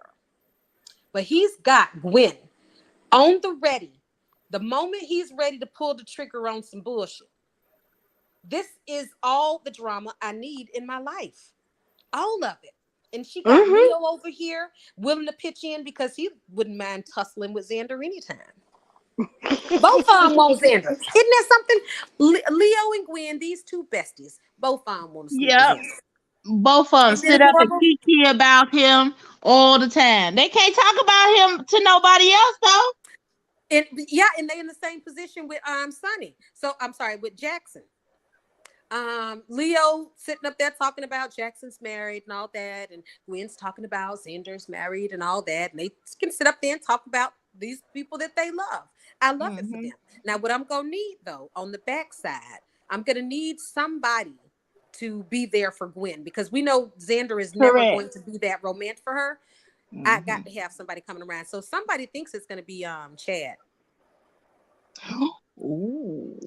Well, here's the thing. Really? If things don't, well, that's the thing. If things do not pan out with Stephanie, because Stephanie and Alex, both of the Kyriakis boys, covered good ground today. Even if whether it was inadvertent or inadvertently with the objects of their affections. And Stephanie is spending Christmas with Alex. That is not a tiny thing. So with the Johnsons. Well, yeah. So there is always the possibility exists. It's not completely foreign. The possibility exists that there is a real likelihood that depending on how long Chad takes to get off his ass and realize that he wants to be vested in a relationship with Stephanie, the longer he takes, the less the outcome of that is a certainty. Okay, the longer he takes, the less he's guaranteed a slam dunk because we're inching closer and closer to this place where Stephanie's relationship with Alex, aside from them finally sleeping together, is approaching the point where it won't just be a given that she'll automatically drop Alex and run over to him. So I won't say that that's an impossibility, especially because, Chad and Gwen do live in the same house too. So, proximity makes things happen. Yes, exactly. I am not opposed to that. I quite enjoyed Chad and Gwen the first time around, because that's when Gwen was in her 100%. I am nothing but an agent of chaos mode. In that, and she loved it. That all she wanted was to bring down Abby and Abby, Jack, and the whole damn family, and I loved it. So I would not mind getting Gwen over there with old Chad again. You know, they did. You know, she got pregnant from him once. I mean, there should be some kind of a bond there, even if it's, you know, because just that is something. You know, you can't pretend like you don't know this person. Well, see, that's the thing Days is good about. You never say never to any couple. Because any couple can always, basically anybody can get it. Anybody. And even people who don't have that type of relationship anymore, they may be able to, they may still go ahead and make that happen. Now, what is this? Hold on a second. That's interesting. Not to break up the flow. Let me know when we get to bowl, because Cassandra Critch posted something that was very interesting. Oh, on the Twitters? On the Insta. Somebody posted a copy of it to Twitter. Well, for one, we finally know what kind of doctor Grace Buckingham is. She's a cardiologist. Why? Because we see a certificate of accreditation for Grace Buckingham that Cassandra Critch posted on Instagram. So that implies that they must be doing something with the character. Well, maybe Eric will have a damn heart attack from all his little damn honey pickleballing. Good. Bastard. But I'm sorry, that's not right. But still, yeah, he should have had a heart attack when he was busy banging Donna. That would have made us all happy. But back as you were, that just distracted me. I don't even know where I was. Was there any, what else was there on Days that, that's what it was.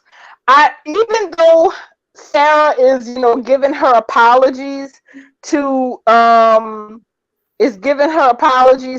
Xander, you can still feel that there's something there. And the thing is, Xander's problem now is that Ava going nuts is really great timing for him, and technically that should be the end of it. But we know that she's going to Bayview, she's not getting written off, and she's in no condition to point the finger at Xander, so he knows he's okay for right now. But you still have Bonnie having these nervous breakdowns, so I have to wonder how long, because you can see that between Tamara Braun's leaving and them putting an end to this story right now, it's because they're about to shift to all these other stories about Marlena and Kayla and them getting sick again, about the orchid disappearing, and the other stories that we still and Gabby and Lee's wedding, and everything that's going to be building up to that, because the build up to that isn't that long. New Year's is the week after next. Yes. So we still have a whole lot of ground to cover between now and then to the build up to that New Year's Eve wedding. And there's a lot, there's stuff that's still sprouting up even currently, like the new thread with Patch and Rafe going after EJ. Jada's going to have a role in that.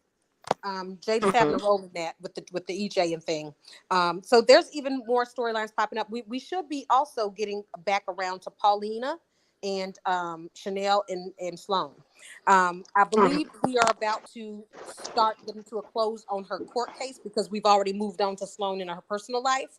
So hopefully Belle will show up pretty soon and have, all these Me Too women and, having Buckingham Palace just ready to drop all the charges on everybody and close the door on it. Hopefully. Exactly. So because that story has to be wrapped up too, but it has to be wrapped up in such a way that Sloan does not choose to leave Salem, because now that she and Eric are doing this thing, right? Now what is this bullshit? She's already moved on into her personal life in Salem. Bonnie, Justin and Bonnie talked about her going to hit therapy. That was the other mental health thread I'm sure you were talking about today. Not just Ava and her clearly going to Bayview because she snapped, but Bonnie and her post-traumatic stress disorder. She and Justin talked about it, and she was like, is that really a thing? I mean, really, like, do I really need to go talk to somebody? And he really did talk her into it.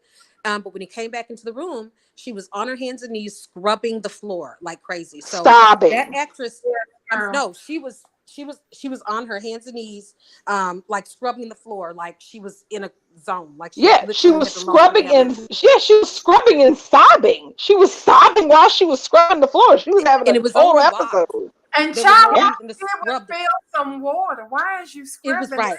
Water? It was just water. But she was like, y'all family got this rug from Greece thousands of years ago, and this works something. And he's like, it's a fucking rug in this water. Henderson, don't come clean this shit up. Come on, let's go. Bunny had a full-on PTSD breakdown. She sure did. And she's killing the fucking game. She's killing it. Yeah, she's killing it. She's been killing it ever since they found her in that shed, and she was in that living room shaking, talking about she can't remember shit and she don't like talking to police officers. She had it from the beginning to the end. She's killing it. This actress is doing the damn thing. I feel like Judy fixing to get a supporting actress nomination.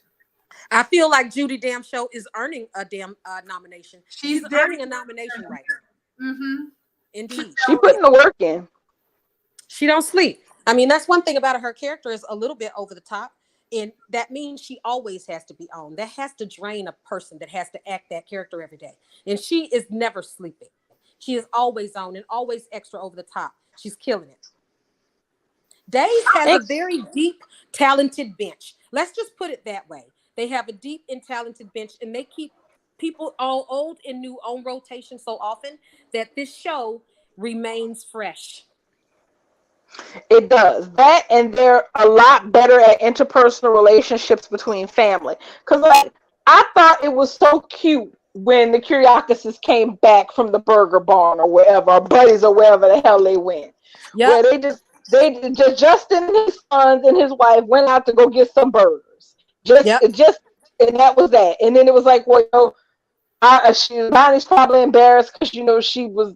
Wigging out. So why don't y'all two just go catch a drink while I talk? So they're like, all right, we're going to go catch a drink, Dad. You sure that ain't nothing we could do? Yeah, I'm sure. Because the thing is, the sad fact of the matter is when I think about all the other soaps, we have a breadth of brothers who actually get along. There are not that many brothers outside of Salem that get along with each other. I have to say, in watching Days, in specifically in recently watching Days, when I decided to invest in it. So it's a difference from watching a show and for me, there's a difference from me watching a show from when I invest in it. When I say invest in it, it's something that I decide that I'm going to look forward to watching every day. I decide that because it has not disappointed me and it has not made my mood negative. Once I decided to invest my time into Days of Our Lives, I found that I found more things to like about it. Like all these families, remember in the beginning for me, it was like it's so big and it's so many people, it's so hard because every day something different is happening. So once I think I know something, by the time they show up again, I don't remember again.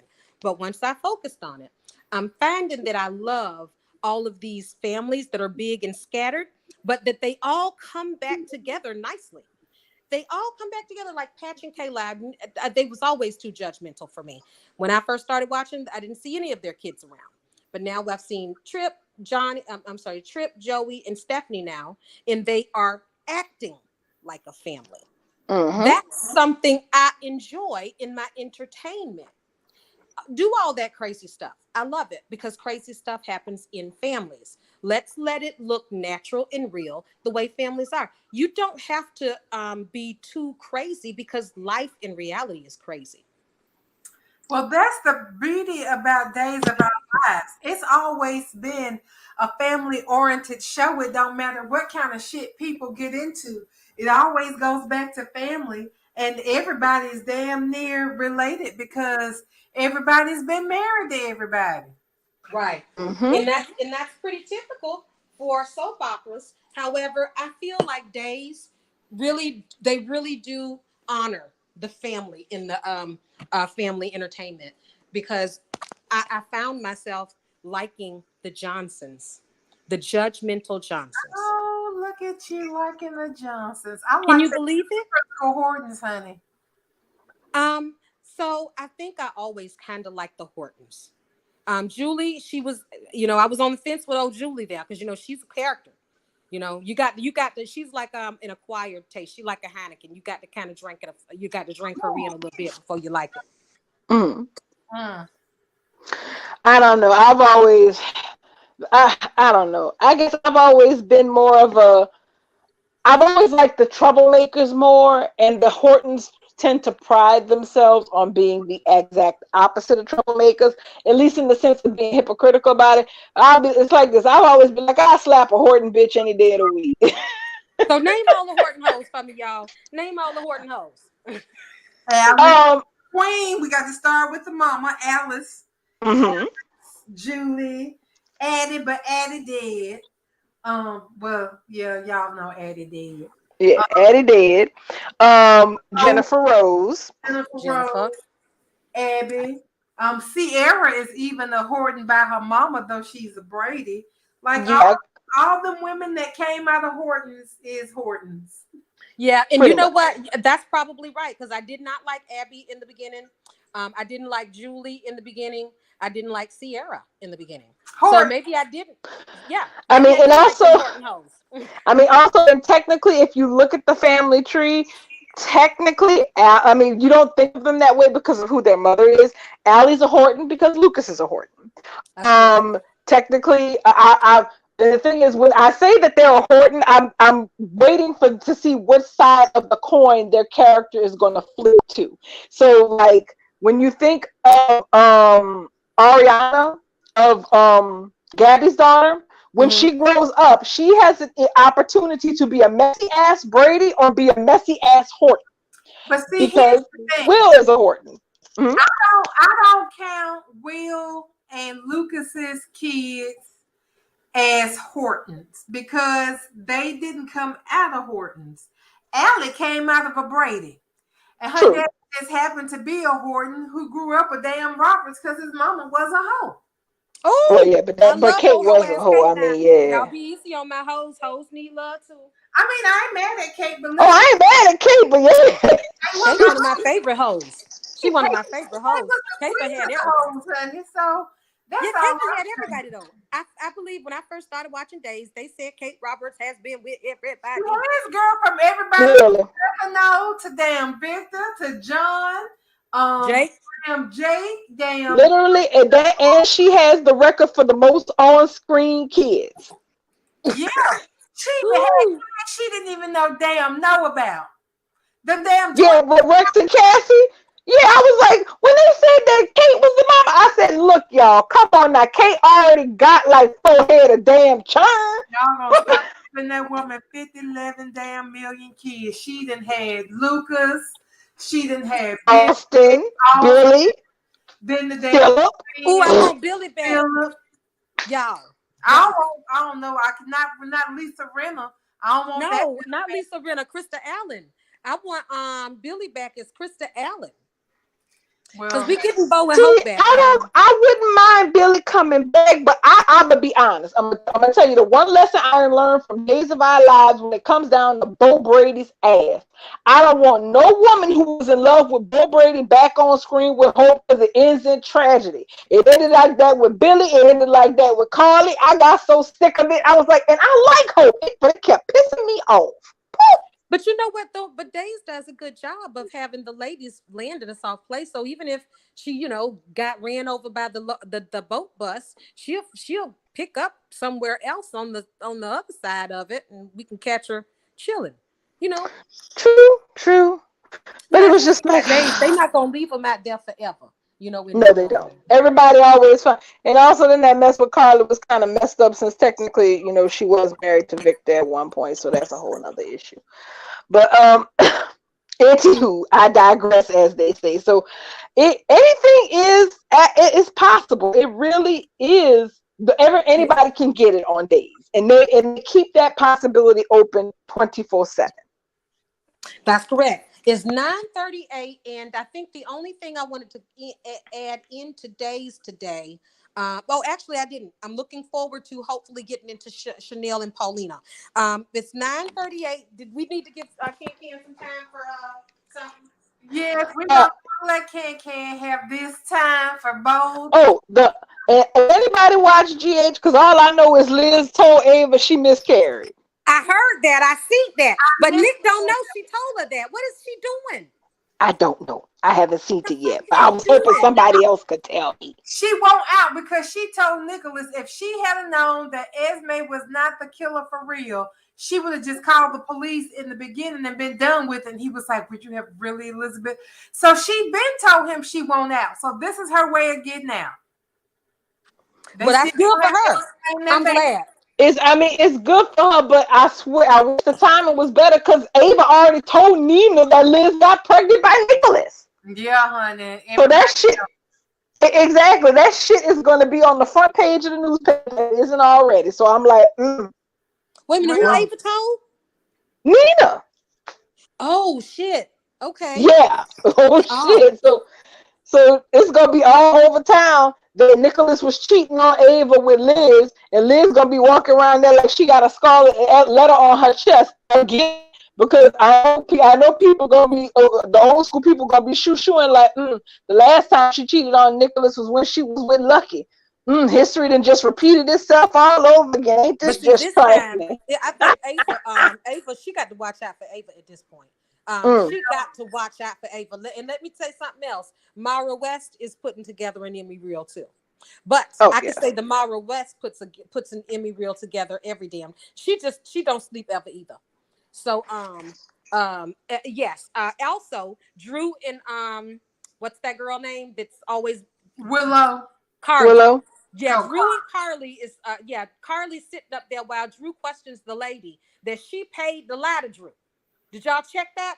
Yeah, honey, she said and watch, but Drew remembered that Carly said that Harmony told her before she died that girl was Nina's daughter, and now he's thinking about it, and that's why he was interrogating that lady so hard, because somebody said to him, well, you know, Harmony lied about a lot of stuff. She told a lot of just crazy lies for no reason.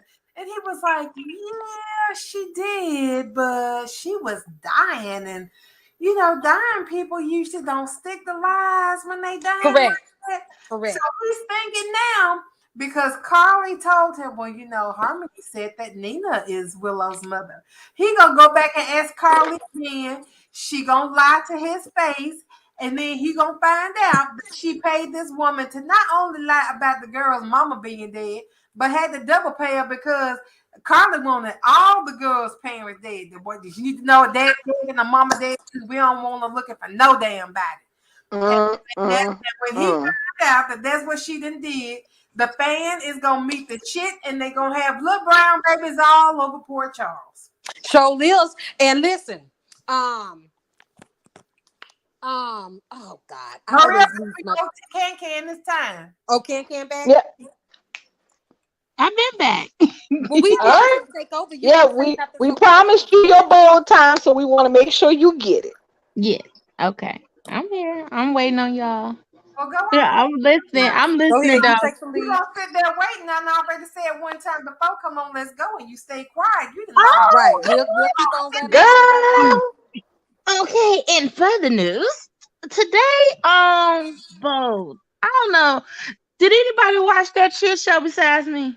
No, it was on No, I followed some of the comments, and all I know is the LAPD is even more incompetent than we thought. Baby, are they working on like IOUs or what? Because they can't be working for the public and getting paid with tax dollars. The incompetency of this law enforcement team, if that's what you want to call them, they actually give Barney Fife a run for their money, honey. I can't understand how the city of Los Angeles can take 48 hours.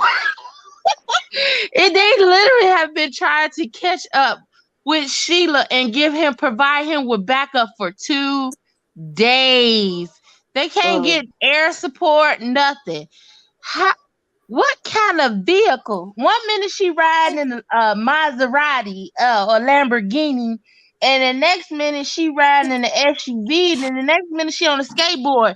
Whatever vehicle she was in, she was able to wiggle her way through bumper to bumper traffic and evade Barney Fife yet again.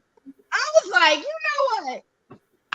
Y'all better stop fucking around with this lady, because she like Michael Myers with Jason. Y'all have y'all pick whatever day of the week it is. If it's a Friday, she's Jason. Any other day of the week, she's Michael Myers. Because she gonna escape, and she gonna be back like a virus. At this point, I just think that Finn needs to give up the doctor biz. Steffi can give up the fashion biz, and they can go and be the LA version of Nick and Nora Charles, because they do better detective work than the actual department. Yeah, I have a question. Absolutely do. I mean, it took Finn all of 2 hours of pure concentration to figure out, hey, there's no mall marks on here. There's no bear saliva. How the hell they categorize this as a bear mauling? Oh no, she took a scaffold and severed her foot apart from her toe. I have Exactly, When was the ma'am. last time Taylor Hayes was on screen? When she Lord. Correct. when she hugged her friend Brooke and they When hopped she was eating And cake with her and Brooke Brooke. ran off into the sunset, dancing into a field of sunflowers. and they Okay, was so Taylor Hayes has just basically disappeared off the canvas. She's on conversation. Yes, honey. She and Thomas are on conversation mode. And Rich too. But Rich will be back okay, for the hold on. festivities. Okay, so Taylor's off screen. Yes. Well, I know Thomas is off screen. I hadn't heard about Thomas in a while. And Ridge Well, they talked about him today. is Ridge off screen too? They ain't seen Correct. Ridge since he got his walking papers, so he off licking wounds somewhere. Ridge will be back just in time to crack a few phony smiles and to look like a lap dog been sent out to pasture. You know, he has to be there, because otherwise it really wouldn't be a Forrester Christmas. Like, it would be just Eric and that's it. Because everybody else in the house is going to be Logan's and Spencer. Anyway, Questioning because I was just wondering if there was anything for Taylor fans. no. Well, here's the thing. I have to actually, right now, no, but I actually had to give myself pause to think about something. And you know, Spoiler Girl has had a good average lately. Mhm. And she's talking about this twist that she can't really talk about. And I thought for 2 seconds, okay, if the twist is what she thinks it could be, I'm somewhat upset with myself, because I would feel compelled to watch even though I really don't want to. Listen, What are y'all talking about? I was reading Spoiler Girls. Listen, I have a clue. I have a clue to what it is, because she threw out the baits, and Bo, in my opinion, set the trap today. And if y'all look at the show, you will see what I'm saying. When Sheila, the last scene of them showing Sheila, they coming up around the same pictures that they show in Taylor. I don't know if you guys remember when Taylor did the flashback into when she came up and shot Bill in the house. I saw people saying that Sheila was at Bill's house. Yes, she comes on the last scene. They show Sheila up in Beverly Hills at Bill's house, laughing outside the door. What the hell she doing there is beyond the fuck out of me. Out of all the people in LA, she go to Bill's house. The guy who's desperate for any female attention, baby, I'm trying to tell y'all, whatever she. Well, I don't know. I don't know if that's what she's there for, but what I do find very interesting, because I think Bill is having a nervous breakdown. I do agree with that he's shit. definitely having a midlife crisis of the 18th time. Yeah, he having. And so Spoiler Girl said there's a big twist coming. I can't share now, but it's pretty big and will shock most of you. I didn't even believe it. I'll let you know when I can share. Now, one thing that she did mention when she said that she felt like there was supposed to be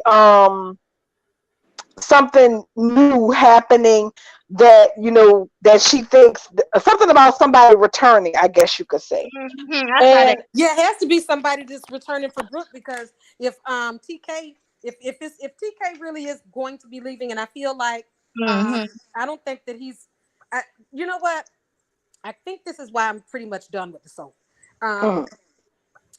We know we all can tell when the man fuck happens, right?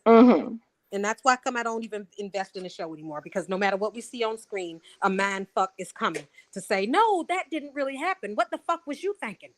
So I don't believe that TK is going to stay, because every single bridge reunion, quote unquote, we've seen since Krista Allen has been cast has truly not been a bridge reunion. Has it not? Remember, I used to ask, was that a reunion? Was that a reunion? What's weird about this? This don't seem like no reunion, remember? There's not. I don't think there's going to be one with TK anymore. Period. I don't think. Need to be. I don't think that TK is willing to give Brad Bell what he wants. Yeah, anymore. he can't I feel stomach like it. TK already told Brad Bell that he fucking sick of it, because TK already said that he ain't visited YNR yet, and he thinking he won't to. I don't believe whatever's coming up, whoever's coming, it's somebody to fuck Brooke, because it won't be so you know what, Sam? I like you. I don't tell you that enough. I feel like I need to tell you at that moment. Prissy, I'm sorry. I love you. Thank you. But that's how because that's exactly what I said too. Yep. Somebody gotta warm her bed for her. Yeah, exactly. It's since Ridge did it. Since now the first time ever. I mean, Brooke and Taylor choosing themselves, to me, was a knockoff of Steffi choosing herself in 2008. It is absolutely a disrespectful knockoff. And I'll take it. Hold on, listen. I'm gonna say this. They had this storyline to mimic Steffi, but they're not going to play it the same way as Steffi, because Steffi was alone for how many years before Finn came and been her doctor? She was folding clothes for 2 years, 2.5 years before Finn come along. They ain't finna do that shit to Brooke. Brooke ain't finna do shit. That shall come. The shocking news is somebody's going to be cast to fuck Brooke. That's it. That's it. Bingo. That's it. So what does that mean for Taylor? That means that everybody on this show already want Brooke. They're gonna bring on a whole nother man that want Brooke. So again, what is there for Taylor fans to look for? What it smell like? Nothing. Not really, because the bottom line is this. One of the whole reasons that I wasn't really too ganked for this whole "we choose us" situation is because it was really obvious what it was about. It wasn't about the characters coming to the final decision that Ridge is a senior citizen fuckboy, because that's what he is, and realizing that they should have to put themselves through this. And that's the truth. Neither one of the characters should be putting themselves through this at this point. This was done as a half-ass way to rehabilitate Brooke. I think this is what happened. Piss poor way for them to get everybody on our side to stop fucking with Brooke. That's what it was. It ain't got shit to do. It just basically just have us stop pulling her card and calling her out. She has been correct. It's got nothing to do with Taylor. Since March of 1987. That's what this was. Everybody they tired of hearing, oh, well, she was this and she was that, because that's every time they get a chance to say, oh, we don't know nothing about them old storylines, but you want to put it out there. You might want to put it out there because people who actually have watched this show know the storyline. They know the scoop and they see the shit for what it is. It's the epic rewrite. This is the epic rewrite. This is the mind fuck, because all these new cats, all these new kittens that's on this stroll who don't know exactly what the fuck is going on, gonna look at it like, oh, it's such a women empower movement. No, it was a bait switch. It's the classic. It's the mind fuck. Because in a couple of weeks it's gonna be like it never happened. And Absolutely. in the story it'll be like, y'all really thought Brooke and Taylor was friends? Absolutely. See, this is I ain't buy that shit for 2 minutes. Just like when somebody said, yeah, when Thomas and Hope didn't happen, remember? When I thought Thomas and Hope was going to happen, and then after that was a dream. Well, I it just was gave up going on to it. happen, And but then they what the fucked person around said, and messed it up. Yeah, they did it on purpose. You actually thought that Hope would fall in love with Thomas? Yes, that's because that's what they were going. So you mean to tell me you writing it so it'll look like that, so that you can later say, oh no, we was just fucking with you. You should have known better than that. I never watch this show again. Never. I never fucking watch it again. You don't have to slap me 2 or 3 times for me to stop fucking with you. I understand that. I get that entirely. When a whole human being literally says that, when you witness a whole human being basically say, oh yes, we did write that, but how could you actually believe that was actually happening though, even though we wrote it and you was watching it? How fucking dumb are you? You really thought that Hope could ever love the likes of Thomas? Or that Brooke and Liam was gonna hit the sheets, which they obviously was working on with him coming through that veranda door 24/7. Don't try to mind fuck me. I know what I saw.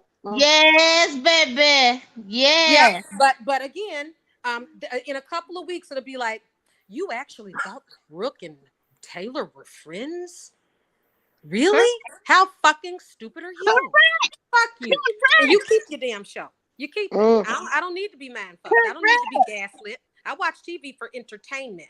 I want to follow the story. I don't want to have to go back and say, oh, at this point is where everything changed and everything before that didn't happen.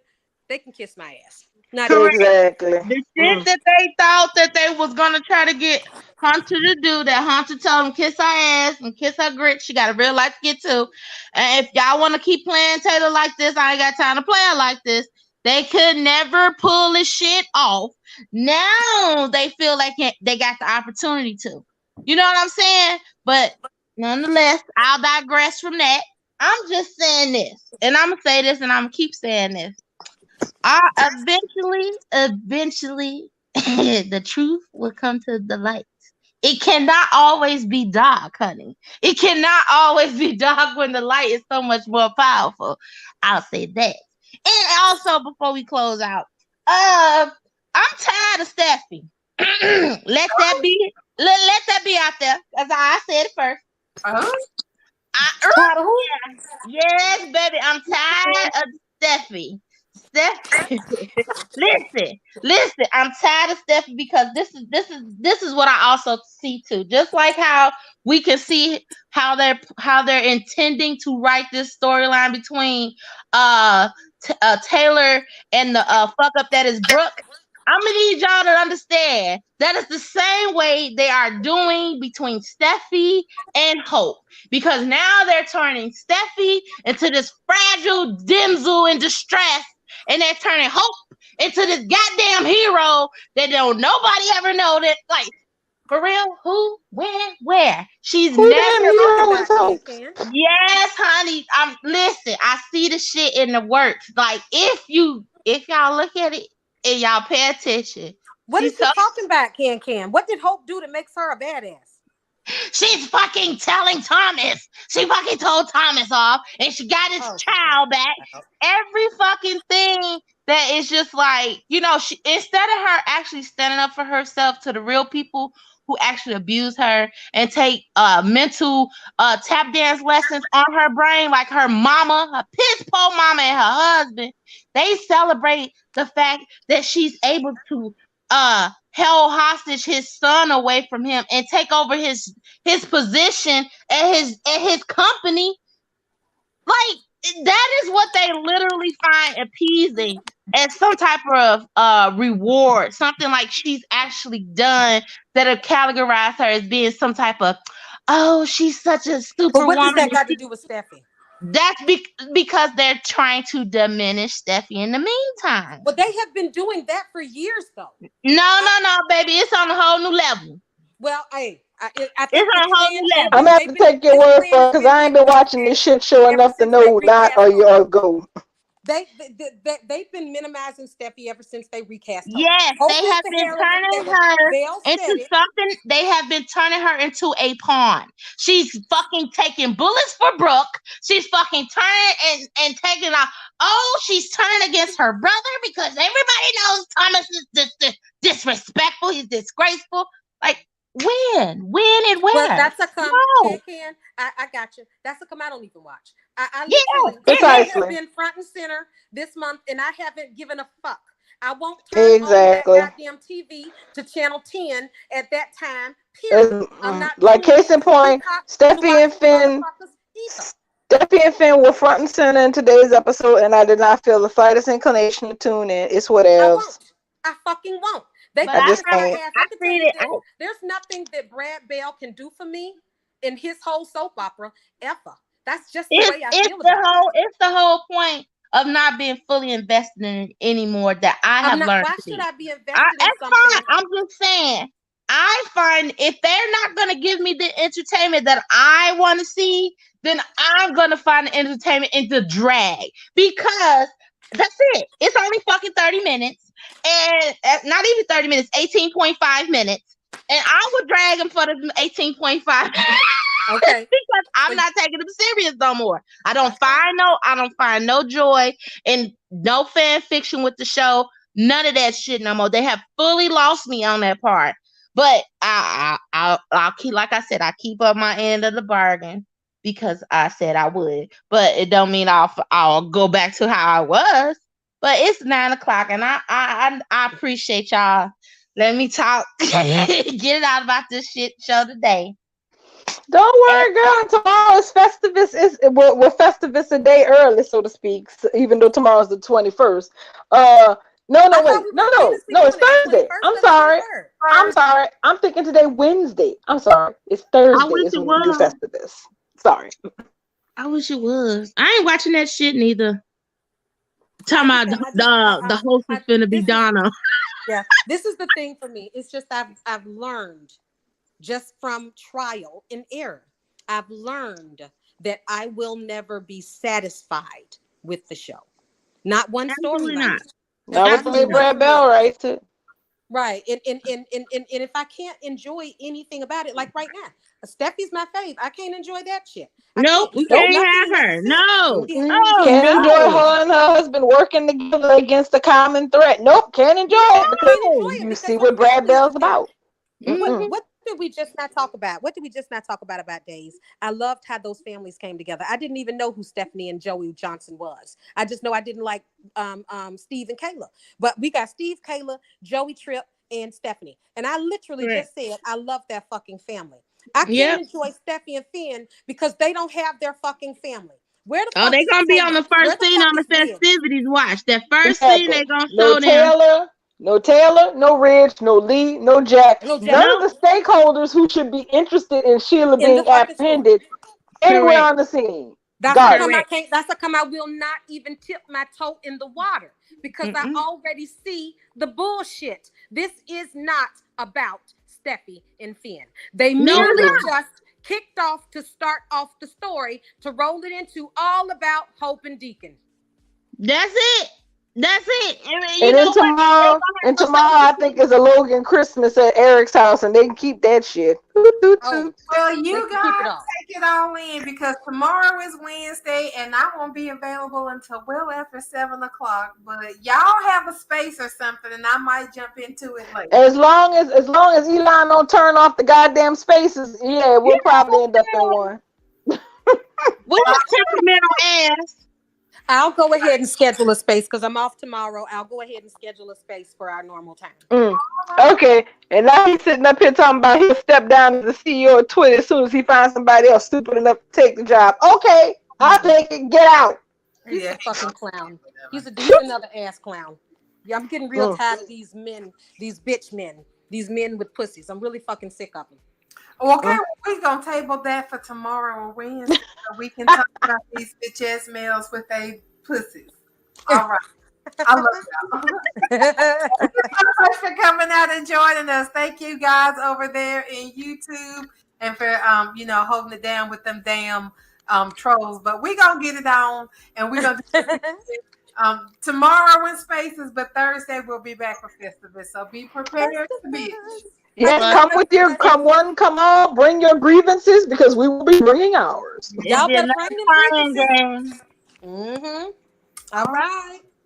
Well, good night, y'all. Good Right, night, y'all have a everybody. good one. Good night. Thanks, Bubs. Good night, ladies. Good night, Yard. Good night. Bye, Ken. Bye-bye, darling.